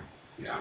Right now you do, yeah. A little bit. There's no sidewalk going that way, but No, that doesn't mean there won't be Up in the something. lakeside and around that. Oh, I see, yeah, Just yeah, so proximity to all this stuff, the connectivity, Yeah. and ultimately, To Founder's. that, I hope you guys do get that trail down Founders. I don't know if that's gonna happen, but that would be awesome. We're gonna work at it, yeah. Yeah. We're gonna work at it. Yeah. We're going to do a sidewalk on 133rd from Faith Church to Robin's Nest. Perfect, yeah. Yeah, and there was another one, I think, when we came in with Lakeside Original, we probably did not want to do a sidewalk on 133rd, and I think you guys made us, and now it's gonna connect to something, so Yeah. it's all good. People are using them. Yeah? Yeah, no, you're right, Rick, people are using it. And a lot of things that I get from people that move here from Illinois, why don't you have sidewalks? Why don't I have more street lights? But I tell them you can't have that stuff given to you right away because your taxes will go up, and that's why you left Illinois. Ask them why they need to stay in Illinois. Seriously. Sometimes it's better to ask a question, answer a question with a question. They're not gonna make me mad if they stay there.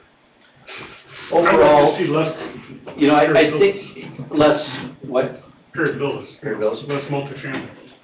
You know, what I talked about, and I can do a little bit of experimentation with the layout, but what you're seeing, and I didn't even see the last layout that Diamond Peak came in with, but when you put in the grid pattern, basic streets, east, west, north, south, you can get some better density. What we talked about was a density of 2.5 here, straight single family. We talked about a density of 2.7. Just by comparison, I ran some other densities in town. Rose Garden, 3.3. Beacon Point Original, 3.3. Beacon Point East, 3.2. summer winds, 3.5. So, we felt pretty comfortable with a 2.7. It's more of a clustered, development with a lot of green space on the outside, in the middle, the ponds. So, we're trying to come up with something creative, but, we can go back and look at the numbers and.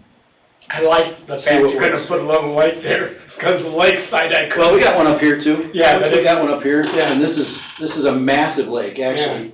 A 13-acre lake is, it's hard to wrap your mind around how big it is. Is that right, Jack? Yeah. It's not as big as your 800-acre lake, but No. it's. 781. I think if It'll this be the is done practice as the course. Lakeside Original, it might be an easier pill to swallow, but you think of it as one community. Yeah, Like, then that's just a ton of houses right there.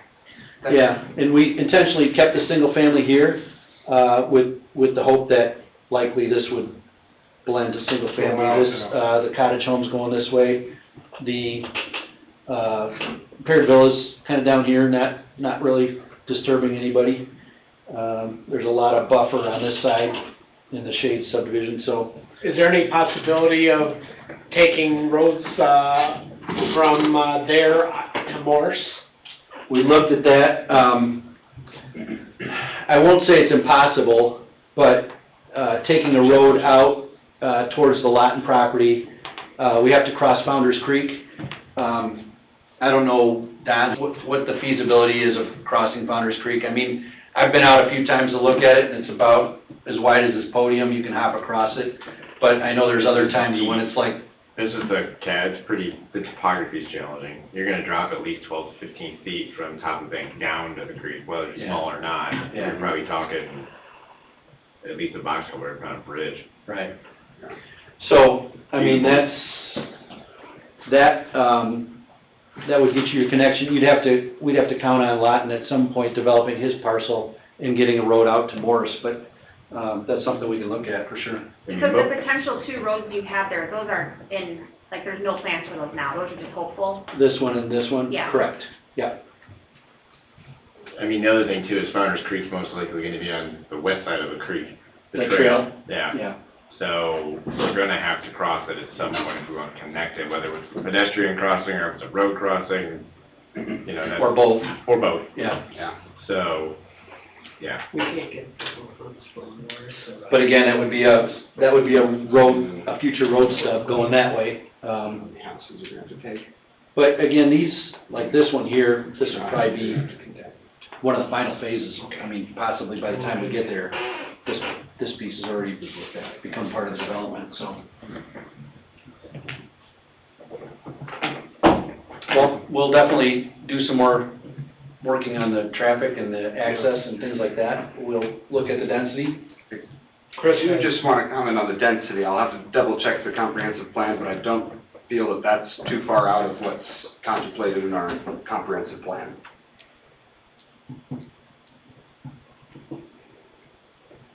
Comprehensive plan cover upgrading the main thoroughfares on the east side of the lake. Check that. Kind of disappointing that hasn't been looked at. Gotta define upgrade, Craig. Now, John and Seriously. John and Richard and I are on the street committee, so. Hold on, what was that? A third lane is inevitable on the east side, Moore Street. And before another development goes in on Moore Street, probably the right-of-way needs to be acquired and the plan needs to get into engineering and these, I mean, they're gonna keep bringing this stuff in here. They're not, I don't see them stopping. So. 133rd is the main, travel lane corridor, has its boundary stopped at the county line or the unincorporated. And so you're really looking at a partnership. You can't really practically. I see what you're saying, that could, having a third lane out into Morris Street could create a bottleneck, but all the way around the lake, the traffic, avenues need to be improved and upgraded if we're gonna continue to do this. If this kind of density is gonna continue to happen, it's gonna be miserable to live here. It really is, because it's gonna take an hour and 15 minutes to go from one side of the lake to the other side of the lake for going around the doggone lake. and at some point it becomes insane. I don't know, go to school. No, it just does. Well, developers like Jack expect that if they follow our rules, they'll be able to develop. I understand that, So, but there we needs, kind of have a parallel path. this is only one kind of planning, there's other kinds of planning that has to be undertaken too, and you can't just keep cramming this stuff in here without planning that. So, Yeah, and I can tell you, we've gone through the same things in St. John. We've come in with 600 unit developments and 500 unit developments, and we look at what needs to be done. In most cases, it's not the roads. Most cases, it's the intersections. We've gone around and add a left turn lane here, add a left turn lane there, and it increases the production of that intersection by 500%. To Jack's point, it's not as much as wide roads and third lanes, because that generally encourages faster, more reckless drivers. It's about traffic flow through a corridor. And we have to look at what is the flow and the bottlenecks and eliminating those to encourage traffic flow. I'm not an engineer, I'm just saying, you're not gonna be able to get anywhere soon. I mean, it's just the way that it is. It's end of the day, it's already murder to get in and out of town. If we can't control it by roads, then we are gonna have to control it by density. In my head, like, I'm not an engineer either, but if we can't fix the roads to allow the extra people, then we can't allow the extra people, right? No? Well, Jack, is Calumet Avenue one of the areas you're talking about? We did a massive intersection on Calumet Avenue at Greystone. We put in a traffic signal turn lanes, all around Preserve. We did, we improved the intersection with turn lanes, White Oak and 101st. We did White Oak and 93rd. We did passing lanes at our entrances. And we've come in with 400 homes and traffic flows better than it did before we were there. So, Was all that part of master planning in combination with town objectives and road infrastructure? There were times when we were doing intersections and they were doing road improvements at the same time. And we worked together. And in some cases on a development, like the Preserve, that is a 6 to 8 year development, we said with the first phase, we're gonna put in our entrance. When we come in with the second phase, we're gonna do this intersection. When we come in with the third phase, we're gonna do this intersection. That way, it's impossible for us to put in a first phase of maybe 50 lots and go out and do $3 million worth of intersection improvements. But if we can stage them, figure out when they're gonna be needed based on traffic studies, when are we gonna hit maximum at this intersection, that's when we go in and improve it. And, yeah, we can actually help make things better, not just for us, but for the neighbors.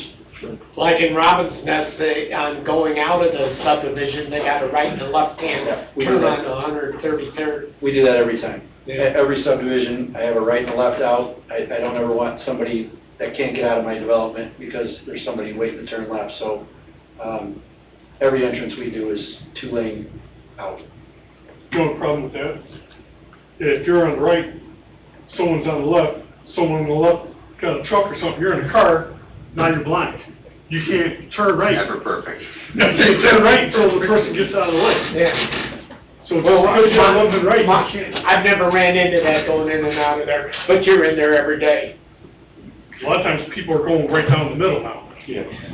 Because otherwise you get your vision, is blocked.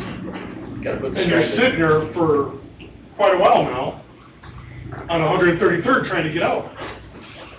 Well, it sounds like we got east side water and we got east side sewer interceptor, and we've got a big dense subdivision coming in, maybe 2 with lots, and I bet you guys got options on 2 or 3 more parcels around there too.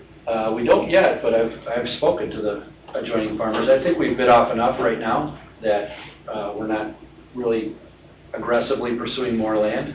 I mean, if we're not going to get anywhere with this thing, and we got to grow corn and soybeans out here for the next couple of years, it's going to be very painful for us.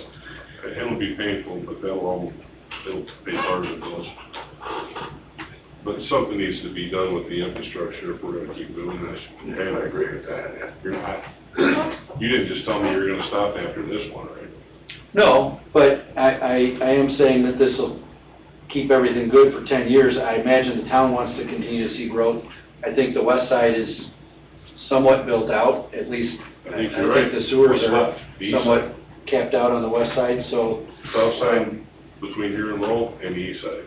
I think you want to continue to grow, and you want to continue to grow in this direction. I know you guys are Jack, investing in sewer and water. I'm not saying that I don't, Jack, I'm saying that I want it to function. Sure. And we do too. I don't want to build something that people don't want to live in because they can't get in and out, so. You guys do a good product, that's not, we're not disputing that at all. It's just the density and it's the weight on the town for me.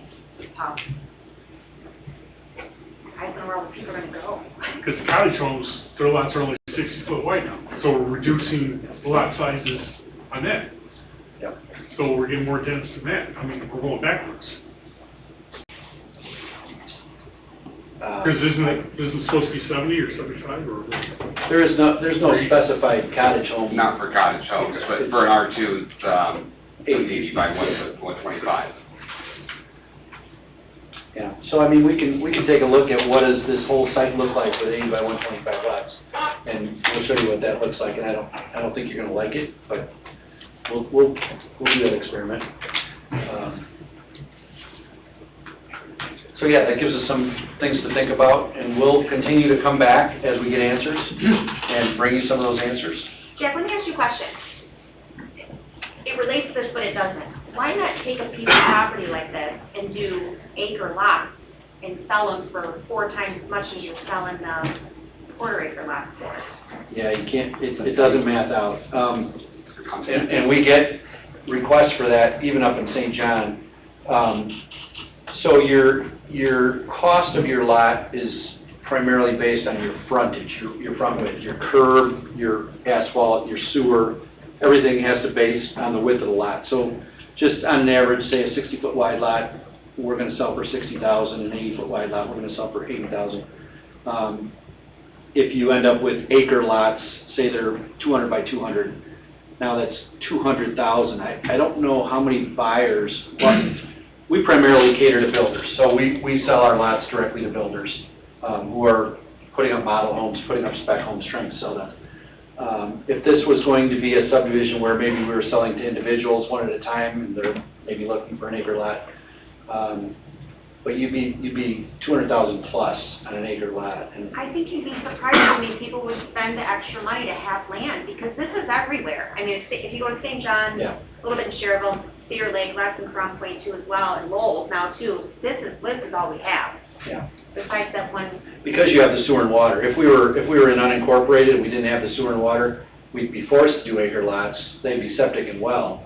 But without having to put in sewer and water and curbs and detention ponds and all the other requirements, we could do an acre lot between here and Lowell for $100,000. But you can't, it doesn't math for us to do them in town with the utilities. I know across from where Dean White used to live, they put 10 lots in there, and the lots were $96,000 a lot, and they don't look that big. It just keeps getting more expensive, just like everything else. I mean, sewer pipe, roads, concrete, everything's going up. So it's getting tougher and tougher just to develop, but we'd like to keep going, so. Do we have any more discussion or questions? One old lake by Crown Point, by Yuki Country Club, they cram-packed all those houses, they're all look-alike. And then by Greystone, you know, St. John's are all almost looking alike. I don't want this to look like that, you know, I mean, it's too dense. Okay. Anything else? Must have messed up your quick meeting. Done. Well, I'm here for you, buddy. No, that was interesting. I mean, a lot of good questions were brought up. Yeah. A lot of information. And there's some major overcomes I see here that we have to look at. And whether it's all up to the developer to come up with answers, or a developer in the town, or or a combination of both, I don't know. Well, after Don gets done and gets a traffic study, then maybe he can do some analysis on what we might be able to do as a town for, the main roads. Correct, so I mean, there's a lot of work, you're not gonna break ground tomorrow. So, you'll have all this ready in 2 weeks?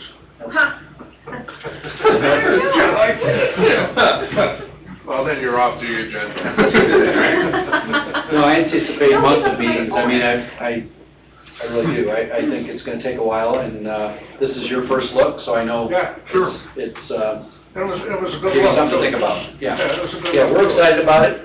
We think it could be a great project. We think it'll be a great thing for the east side of town. And it may develop some more businesses on this side of town, which, Brian Kubel's on my back all the time. He'd like to see a bank over here on this side of town. They can have one of ours on the east side. Yeah, he would like one because, he went to Chase, and Chase told him he's gonna have to go to Crown Point or St. John. He says, no, I'm gonna go to a different bank here in town. And then there was another guy that took millions of dollars out of the Chase Bank and went to People's Bank. That wasn't me. No, I'm not gonna mention their names. 2950 in the back. All right, we'll be back. Thank you. Okay, thank you. Okay, where are we at? Number 7. 7 already. Number 7, Davis Concept Plan, Tammy Fisher, 14009 Sherman Street, Cedar Lake. Petitioner Thomas Davis, 7580 West 84th Place, Crown Point. Vicinity of 14004 to 14009 Sherman Street, Cedar Lake. Petitioner is requesting waivers for curb, sidewalks, and street width as a concept plan. Hi. Hello, State your name and address, please. Thomas Davis, 7580 West 84th Place, in Crown Point. Okay. Tell us which one. We're kind of new to this whole thing, so, It should be broke in now. yeah, we. Apples and oranges here, apples and oranges. The property on Sherman Street that we have a contingent contract on. Excuse me, can you guys take this conversation up so we can hear the petitioner? Well, they didn't ask for public comment. That'll be at the end. They won't be here. Okay. I'm sorry, could you start again? That's okay. Thank you. We put a contingent contract on a piece of property on Sherman Street, 14009. Actually, looks like one acre lot, but it's actually 2 half-acre lots. It's on the survey that Sherman goes through the middle of that property. It's zoned for it, but It's not there. the street, yeah.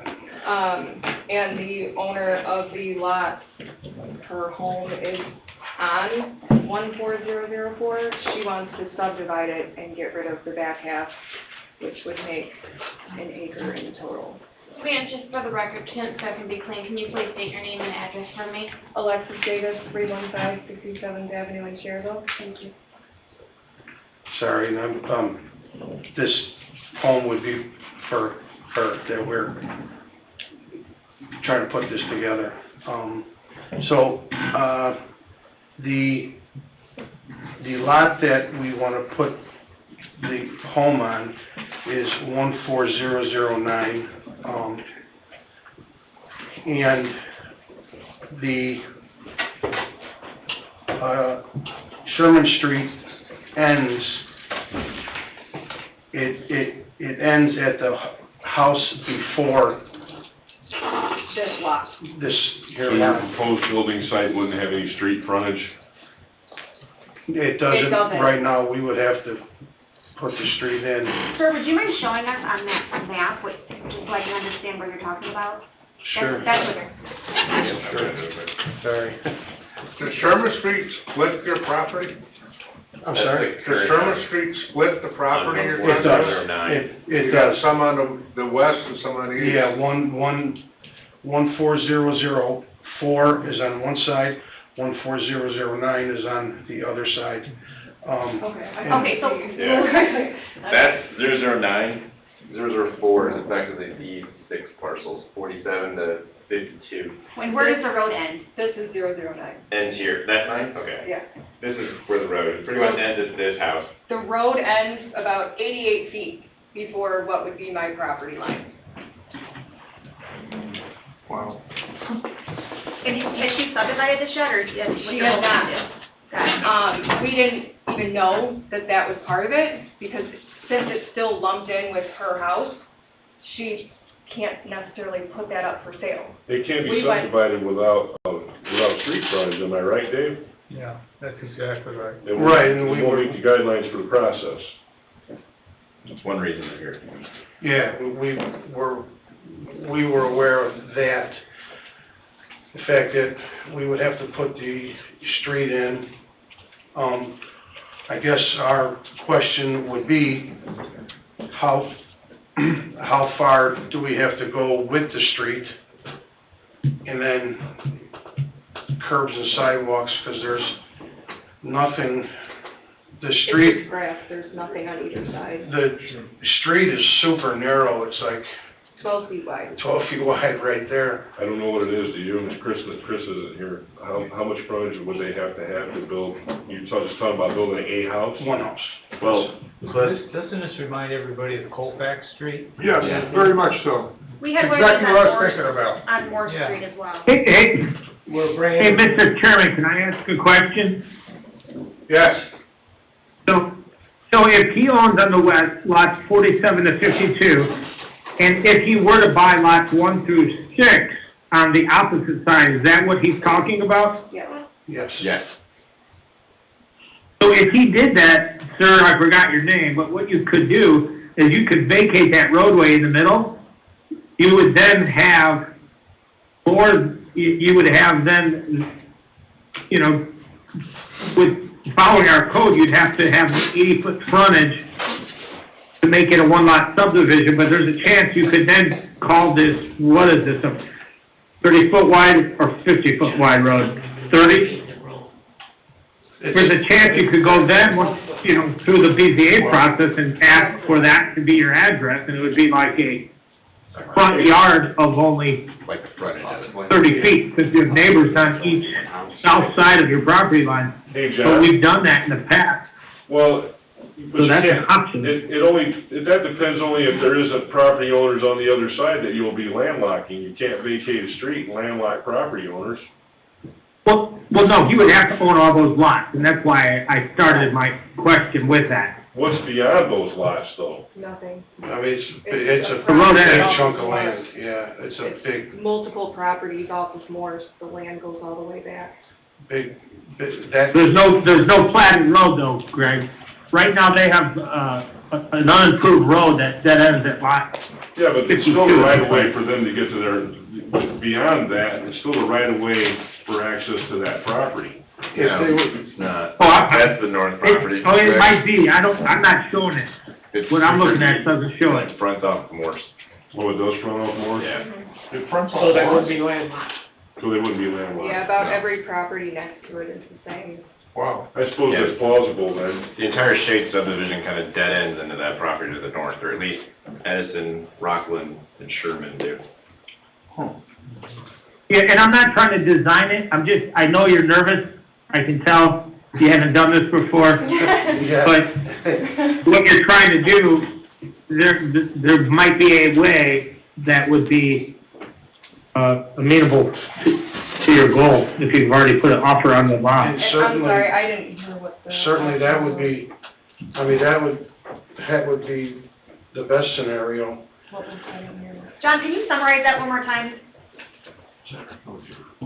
Sure, so if he in fact is trying to buy the lot from 40, I'll just call it 47 to 52, and then lots 1 through 6 on the east side of Sherman, he could then vacate that roadway, Wait, I since don't he owns the land on both sides of the roadway, Are you looking at? and now he has a 30-foot front yard off the Sherman. He's doing that to limit, I think he's doing that to limit the possible extension of Sherman. I Is thought that you guys correct, were Joe? only buying the one side, you buying. Yeah, yeah, I'm just doing that to limit the possible extension of Sherman. So his front yard would be 30 foot at the beginning of those lots 47 and 6. Or maybe he goes in a little bit deeper, but the point is that that's now a driveway from there to his home, wherever he decides to build it. Well, That's what it would have to be is a private drive, right, Dave? Yeah, it'd be a driveway. Yeah, it's just a driveway, Greg. And you're just gonna But it build would one still have to house, go right? through. Yes. You actually have. But the man would still have to go through a variance process to get approval to have a front yard being only 30 foot wide. I mean, Where's there's, that street end though?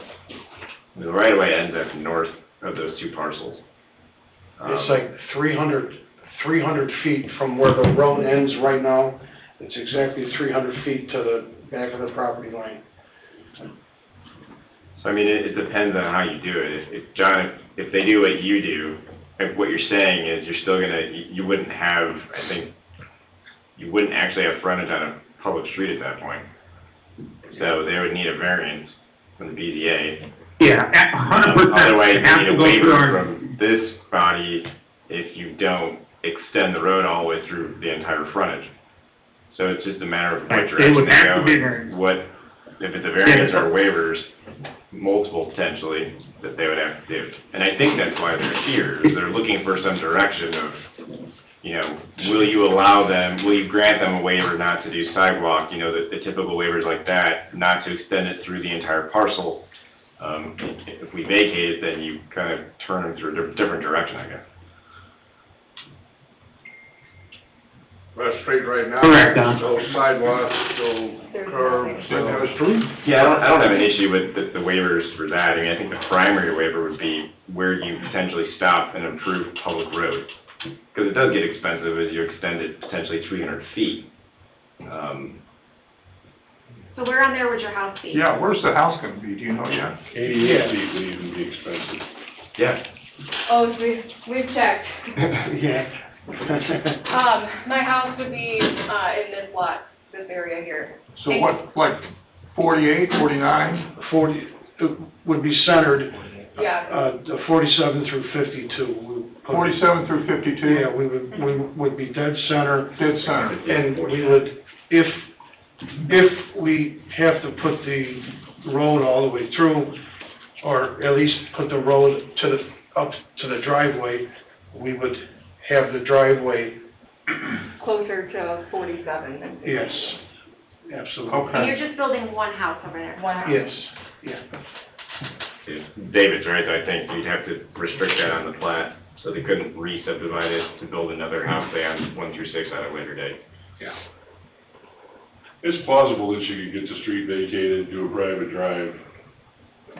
There's really nothing, if you do that, you're really not gonna have a sidewalk Thinking about having requirement to get rid of anymore. 1 through 6, if we And had to put the that's- street in it. I mean, My forever that home was for our my kids, so. main, Yeah. you know, I our want main them to intent. play. I'd say you probably need a firm to walk you through all that, and I mean, I don't know unless you've got experience No. navigating that sort of thing. No, when you say like an attorney, or you're talking about like an engineering? I have been behind you, yeah. Like that guy. I mean, not him in particular, but someone like him. Somebody like, Okay, I well, think if you wanted to build on 47 to 52, I think it'd be minimum to improve the street to 47. And if you want to go a vacation route, that has to go through council. And you would also need a BZA variance because you wouldn't have the frontage, at least one variance. So I think you may have to go to BZA to at least get their blessing. 'Cause I know you don't want to move forward unless to put a purchase Right. order on this And- thing until you know you can move. and, Yeah. and if we were to do that, 1 through 6, can that be resold or no? No, that's what you're. No, right, yeah. Once you do that, you own it all, and that's where the street stops. No, If they oh, vacate the street. no, okay. No, I'm saying, Can't, Don said, if we take the If- street, if- then could we, if yeah, we if did you take the street. extension of the street. If you extend the street, you got, it looks like buildable lots on both sides. Well, it'd have to be, the street would have to be to town standards with The street curbs would have and to be guardrails. down standards with sidewalks though. And that's, Yeah. yeah, thank you, that's where, That is, we're trying to get that distinction. Yeah, your street can't be gravel, it's gonna have to. We, that's what's gonna make Unless it it's cost waived through the prohibitive. subdivision process. yeah. Unless it's Or waived. something else. Just that small stretch of curb is gonna be the same amount as the street itself. Yeah, so Well, I that, think you have two other options that are much more feasible, but you're not gonna be able to subdivide or split that land. Which is- Which is, I never wanted to in the first place, like it, until we were told we had to put a road in, and it was like, well, yeah. now, I mean, you could vacate it and just make that one huge lot. And this was, that that was, was my original. And then are they gonna intention. have to do a private drive from where that stops to where yeah. her Yeah, driveway is? yes. Sure, Okay. okay. Variance through the You BZA. need variances, And you waive the potentially waivers requirement here of too. subdivision plating for that. Plat restriction. So that eliminates the sidewalks and all. No. Well, if approved, waivers can be. You would still need waivers to Okay. eliminate sidewalks and curbs, and if you just want to do a road, you'd still need waivers from this body for the infrastructure itself. I mean, the good thing is, I think we forgot there's sewer all the way up. Yeah, So that then, that's really just a road infrastructure issue, and curbs and gutters. So you guys might need to, like they said, hire a firm to figure out some costs for you and what's gonna be best, or it's even gonna be an option. Okay. What do you think? Definitely make your real estate deal contingent on approvals, any and all approvals. bro. That's what it currently That's- is, yeah. that's why we, yes. We We couldn't pull the trigger without We want to knowing. make sure, You're realistically, you're looking at months, months and months. And this isn't gonna be like a come back next month and. and I think we're kind of figuring that, you know, but I guess it was just a process that we needed some kind of guidance We have on, no idea where to start. so. Do you have clarity now what you need to do with your options? Options are either get approval to vacate the road or do the road. Right, but you still, yeah, right, yeah. Because it's still a. And then if we put the road through, then we're on the hook for Sidewalks. sidewalks and curbs.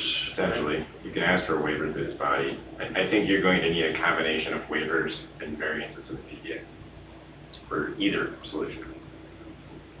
Sadly, this isn't completely abnormal in this community, so Okay. we're not very shocked by it. I know it's a lot to take in, but I think for the most part, we're willing to work with Okay. people like you that want to do things the Okay. right way, so. It's having to sit back there sweating the whole time. I think the best option though is to hire someone to get you some numbers and some plans and then go from there. Okay. Okay, well, very good. Is that it?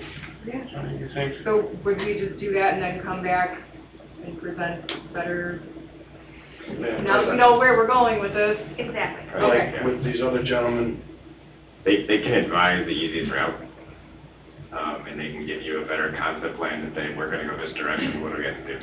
Because I think there's a couple directions you can go right now. They can advise you better, let's go this direction or this direction. okay. All right, well, that's it, Some huh? hope. Okay. All right. There's nothing really to do with We didn't dash your hopes totally then, huh? Okay. Thank you for. Okay, thank you so much. Yeah, good luck. Yeah, Thank good you. luck. Have a good night. Okay. Work on that big tree. Update items. Building regulations and fee amendments, working on it, right? It's actually coming to hopefully a conclusion soon. Like I said previously, it's going to be done before the end of this year. I hope for a October, November public hearing. That's next month. Yes, sir. Coming quick. Yes, it is, yeah, unbelievable. I know what that is. That parcel that goes all the way to Morse's behind there, that's, Brandon's property, isn't it? The old one. Oh, is that what it is? Yeah, yeah. Owned by Oh, it came back from the dead. Stoyer, S-P-E-U-E-R. He owns it now. Okay. All right, number 2, 133rd Commercial Corridor Moratorium. Dave and I are working on that. We've got, We've gathered data. gathered data, and we're gonna start going through and analyzing. Creating a roadmap. Number 3, NYBY Development Corp., preliminary plat for one lot subdivision and site plan.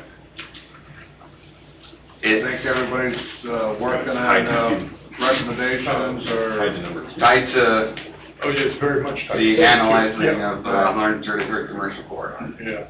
Number 4, Rose Garden Estates, Unit 1, performance letter of credit expires October 14th, 2022. We're working on it. Hopefully it'll be a reduction, but maybe not. It may just be a full. Are they working on their punch list? Not Phase really. 1? No. No. They got a punch list and a punch list. Yeah. Number 5, Offshore Estates, performance letter of credit expires October 30th, 2022. Waiting on Dave Carey to pave this road and get it lighted up. Hopefully he'll get it done and we can rotate it. It's in his court right now. Okay. Do you have a deadline? October 30th. Yeah. Somebody want to remind you? Number 6, Lakeside Unit 1, Block 2, maintenance letter of credit expires December 3rd, 2022. That most likely will, hopefully before winter, we'll start doing some of our inspections on that. Because there's any punch list stuff I'd like to get out of the way for the winter. Hopefully that one just expires. So we'll actually institute inspections on that pretty quick here. Number 7, Rose Garden Estates, performance letter of credit expires December 9th, 2022. Link to number 4. I think that's Unit 2. I guess. Must be. I think so. Yeah. Yeah, I think I could answer that one, huh? We haven't even done an initial inspection on that one, so that one Will be extended? most likely. Full price? I mean, hope not. Maybe we can just roll them in together. Get one off the book and just combine them. Okay. Get through phase At that 1, point. and we'll work on double the amounts too. Yeah. Okay. Number 8, Beacon Point, Unit 4, performance letter of credit expires December 1st, 2022. I made a typo error there, it's supposed to be December 11th. Pardon me? I made a typo error, it's supposed to be December 11th. Okay. Jack, where's that one set? I believe we have your punch list on that one, so I think most of those items are done. I will. Big one is the pavement, 141st pavement cross slope stuff. I know that Okay. hasn't been addressed yet. Okay, I'll look into that. Number 9, Summer Winds, Unit 2, performance letter of credit expires December 20th, 2022. Good question about 2 and 3, so 9 and 10. They want to pave out there, but they're not at their 80% yet. And they've been told that a few times this year. And I don't know where they sit now, but that one's probably the slowest development in town. And they want to get in and get out, but they're just not, I mean, I think they're at like 65% in one and like 55 in the other, so they're not that close. Oh, is that right? Unit 3 is really small, but I'm not going to allow them to pave 400 feet of road surface and leave the rest of it behind it. So that one's going to be interesting. Okay. Public comment? Any public comment? Well, Come up to the podium. maybe. State your name and address, please. Brenda Roberts, 15008 Moore Street.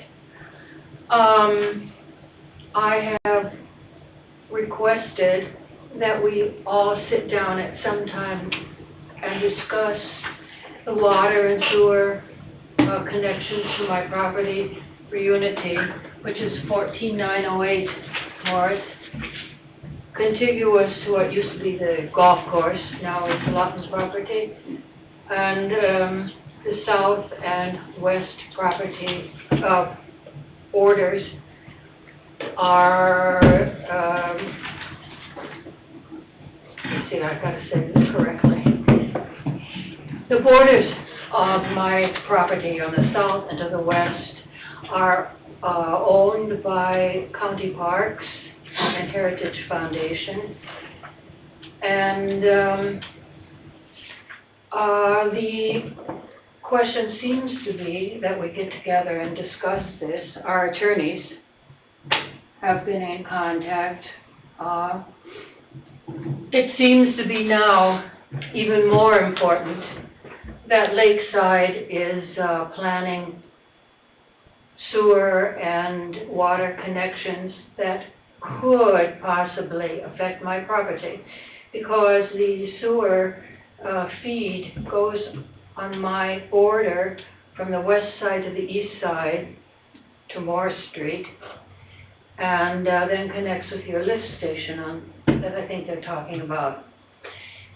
I had understood that the new water tower you want to put up on the east side will furnish a line of water to my property of Reunity.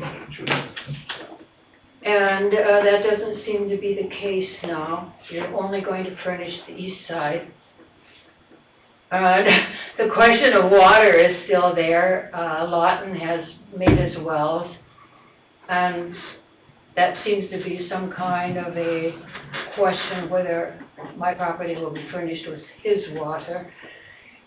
It's so complicated right now that I still request, maybe with our attorneys, that we sit down and discuss the future. This plan commission has nothing to do with that. Yeah, we can't do anything about that, nor would it benefit you if you sat down with any of us up here.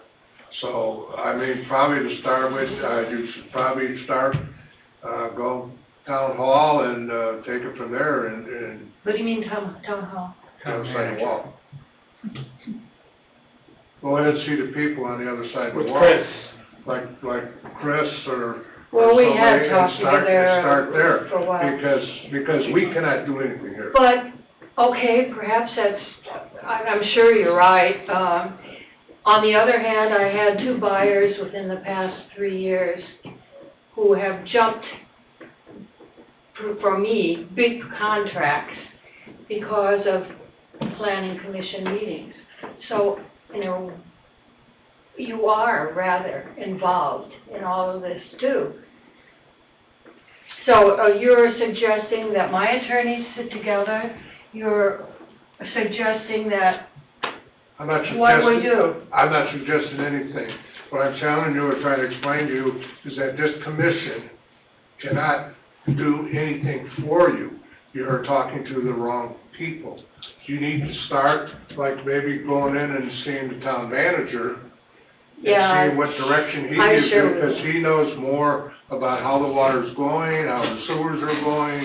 He knows more about that than I would, or this commission, Well, the only reason I brought it up, excuse me, I don't want to cause any problems, but, as I said, two very big paying, purchasers jumped their contracts because of what happened here, that they were requested to build towers, a community tower, a tower for their subdivision, all kinds of requests. I voluntarily annexed my property to Cedar Lake in 2008. And I just need some clarification on what's happening here. And I told you. Well, I don't know what to tell my buyers. I told you to go to the town hall and talk to the town manager, because I'm not gonna give you any clarification, nor is anybody up here at the plan commission gonna give you any clarification, because we do not have the authority or the knowledge to give you that clarification. So if you would start with the town manager, and he could direct you to whoever you have to talk to, or give you maybe a better answer than I am. Okay, I understand, and I will do that. the only reason that I even brought it up tonight, I wouldn't have said anything, I'm not even sure my lawyer wants me to say anything, is because they came with the lakeside plans. And that's the only reason that my question is, how is that going to affect me? Hey Brenda, this is John Foreman. Hi, John. Right now, we are not, based off of what they brought up today, we are not doing anything except, Yeah. from 141st with a sewer line, to that, per se, future subdivision. Yeah, I understand And then, that. of course, they would utilize the water from the new water tower, which is over by MacArthur. But as of today, we don't know anything happening south in relationship to sewer and water past your property. And so I think that's what Chris will end up telling you on Monday. Or tomorrow or whatever. You gonna see me on Monday? I won't be in Monday, so if you come in, you're gonna be in an empty office. Okay. Yeah, well, no, I only brought it up again after, let's see, 2008, and this is 2022, after all these years, because of the plans that Mr. Slater brought in for the lakeside.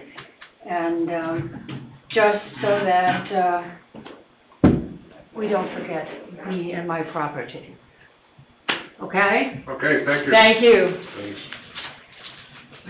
Okay, this work session is adjourned, and we'll move immediately into a special public meeting.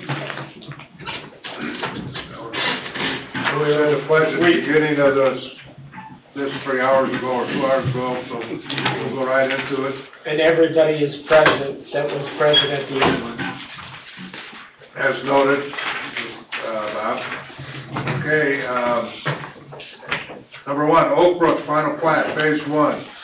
Cedar Lake Residential, LLC, P.O. Box 677, St. John, Indiana. Petitioner Schilling Development, 8900 Wicker Avenue, St. John, vicinity, US 41, Cedar Lake. Petitioner is requesting final plat for Oak Brook phase one, 28 lots and 2 outlets. Good evening, Jim Slager with Schilling Development, representing Cedar Lake Residential LLC. We are here tonight requesting final plat for phase one of Oak Brook. I was so excited to bring my new colored boards that I didn't bring my Oak Brook board, so I'm going to just show you the Mylars.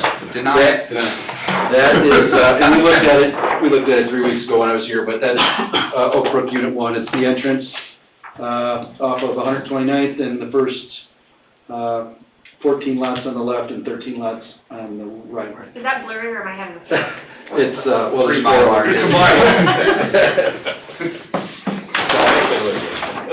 It will be on your iPad. Yeah, that's it. Okay, So, okay, perfect, thank you. Yeah, so, we looked at it 3 weeks ago, there's really nothing new. They just got the streets paved last week. We provided a copy of the letter of credit to the town today. I think you looked at it.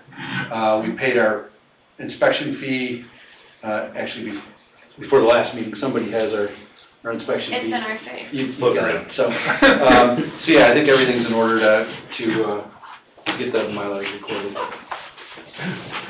Chuck, I had a quick question. Yeah. It had to do with the entrance and the Route 41, 129th Avenue improvements or whatever. Yeah. Is what we see what we get? I've seen the entrance, obviously, to the subdivision. Correct. We have an obligation to pay for a turn lane at 41, and I believe it was either 10 or 12,000. There's a number in the PUD agreement that we would pay for that when the time is right. Don and I have talked about this, and now that the state is getting ready to widen the highway, we don't think the time is right to do it now, but maybe in conjunction with that 41 widening.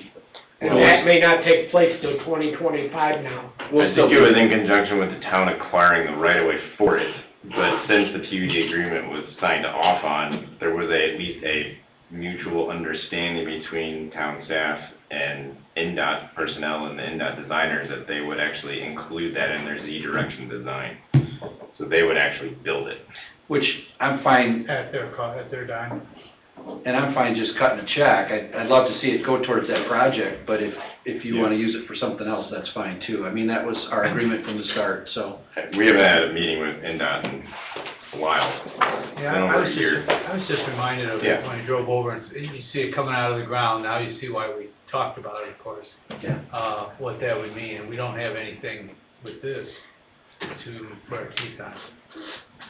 Right, but I believe it's in our PUD agreement, so we're obligated to do it. And Yeah, we've whenever- discussed it, but Yeah. since NDOT got pushed another almost year and a half, you know, and we took it out of we were gonna put it in as part of our 129th project, but we stopped short on purpose because we had that discussion with NDOT. But since. Yeah, let them do it NDOT right. pushed, Yeah, I mean, it should be better, it should be Once all we've done the all same the project. Yeah. Absolutely. So it makes sense, and I'm glad they accepted it, because typically they don't do lateral stuff like that, but.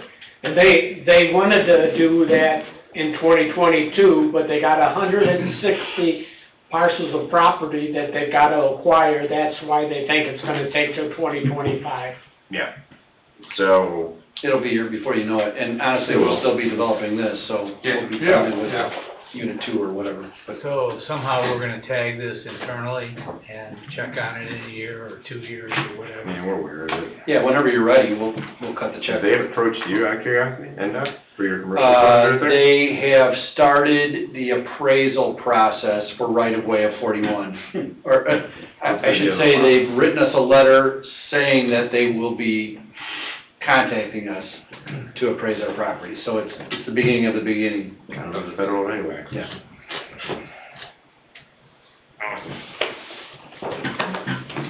Other than that, I think we're ready to go.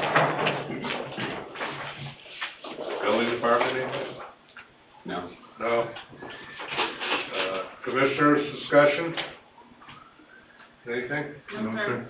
No questions? No, sir. Got the numbers if you want them.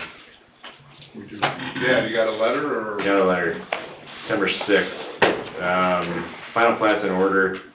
The 3 standard fees are, the 3% inspection fee came out to be $34,813.43. Like Jack said, they provided a draft copy for review, I think, this afternoon.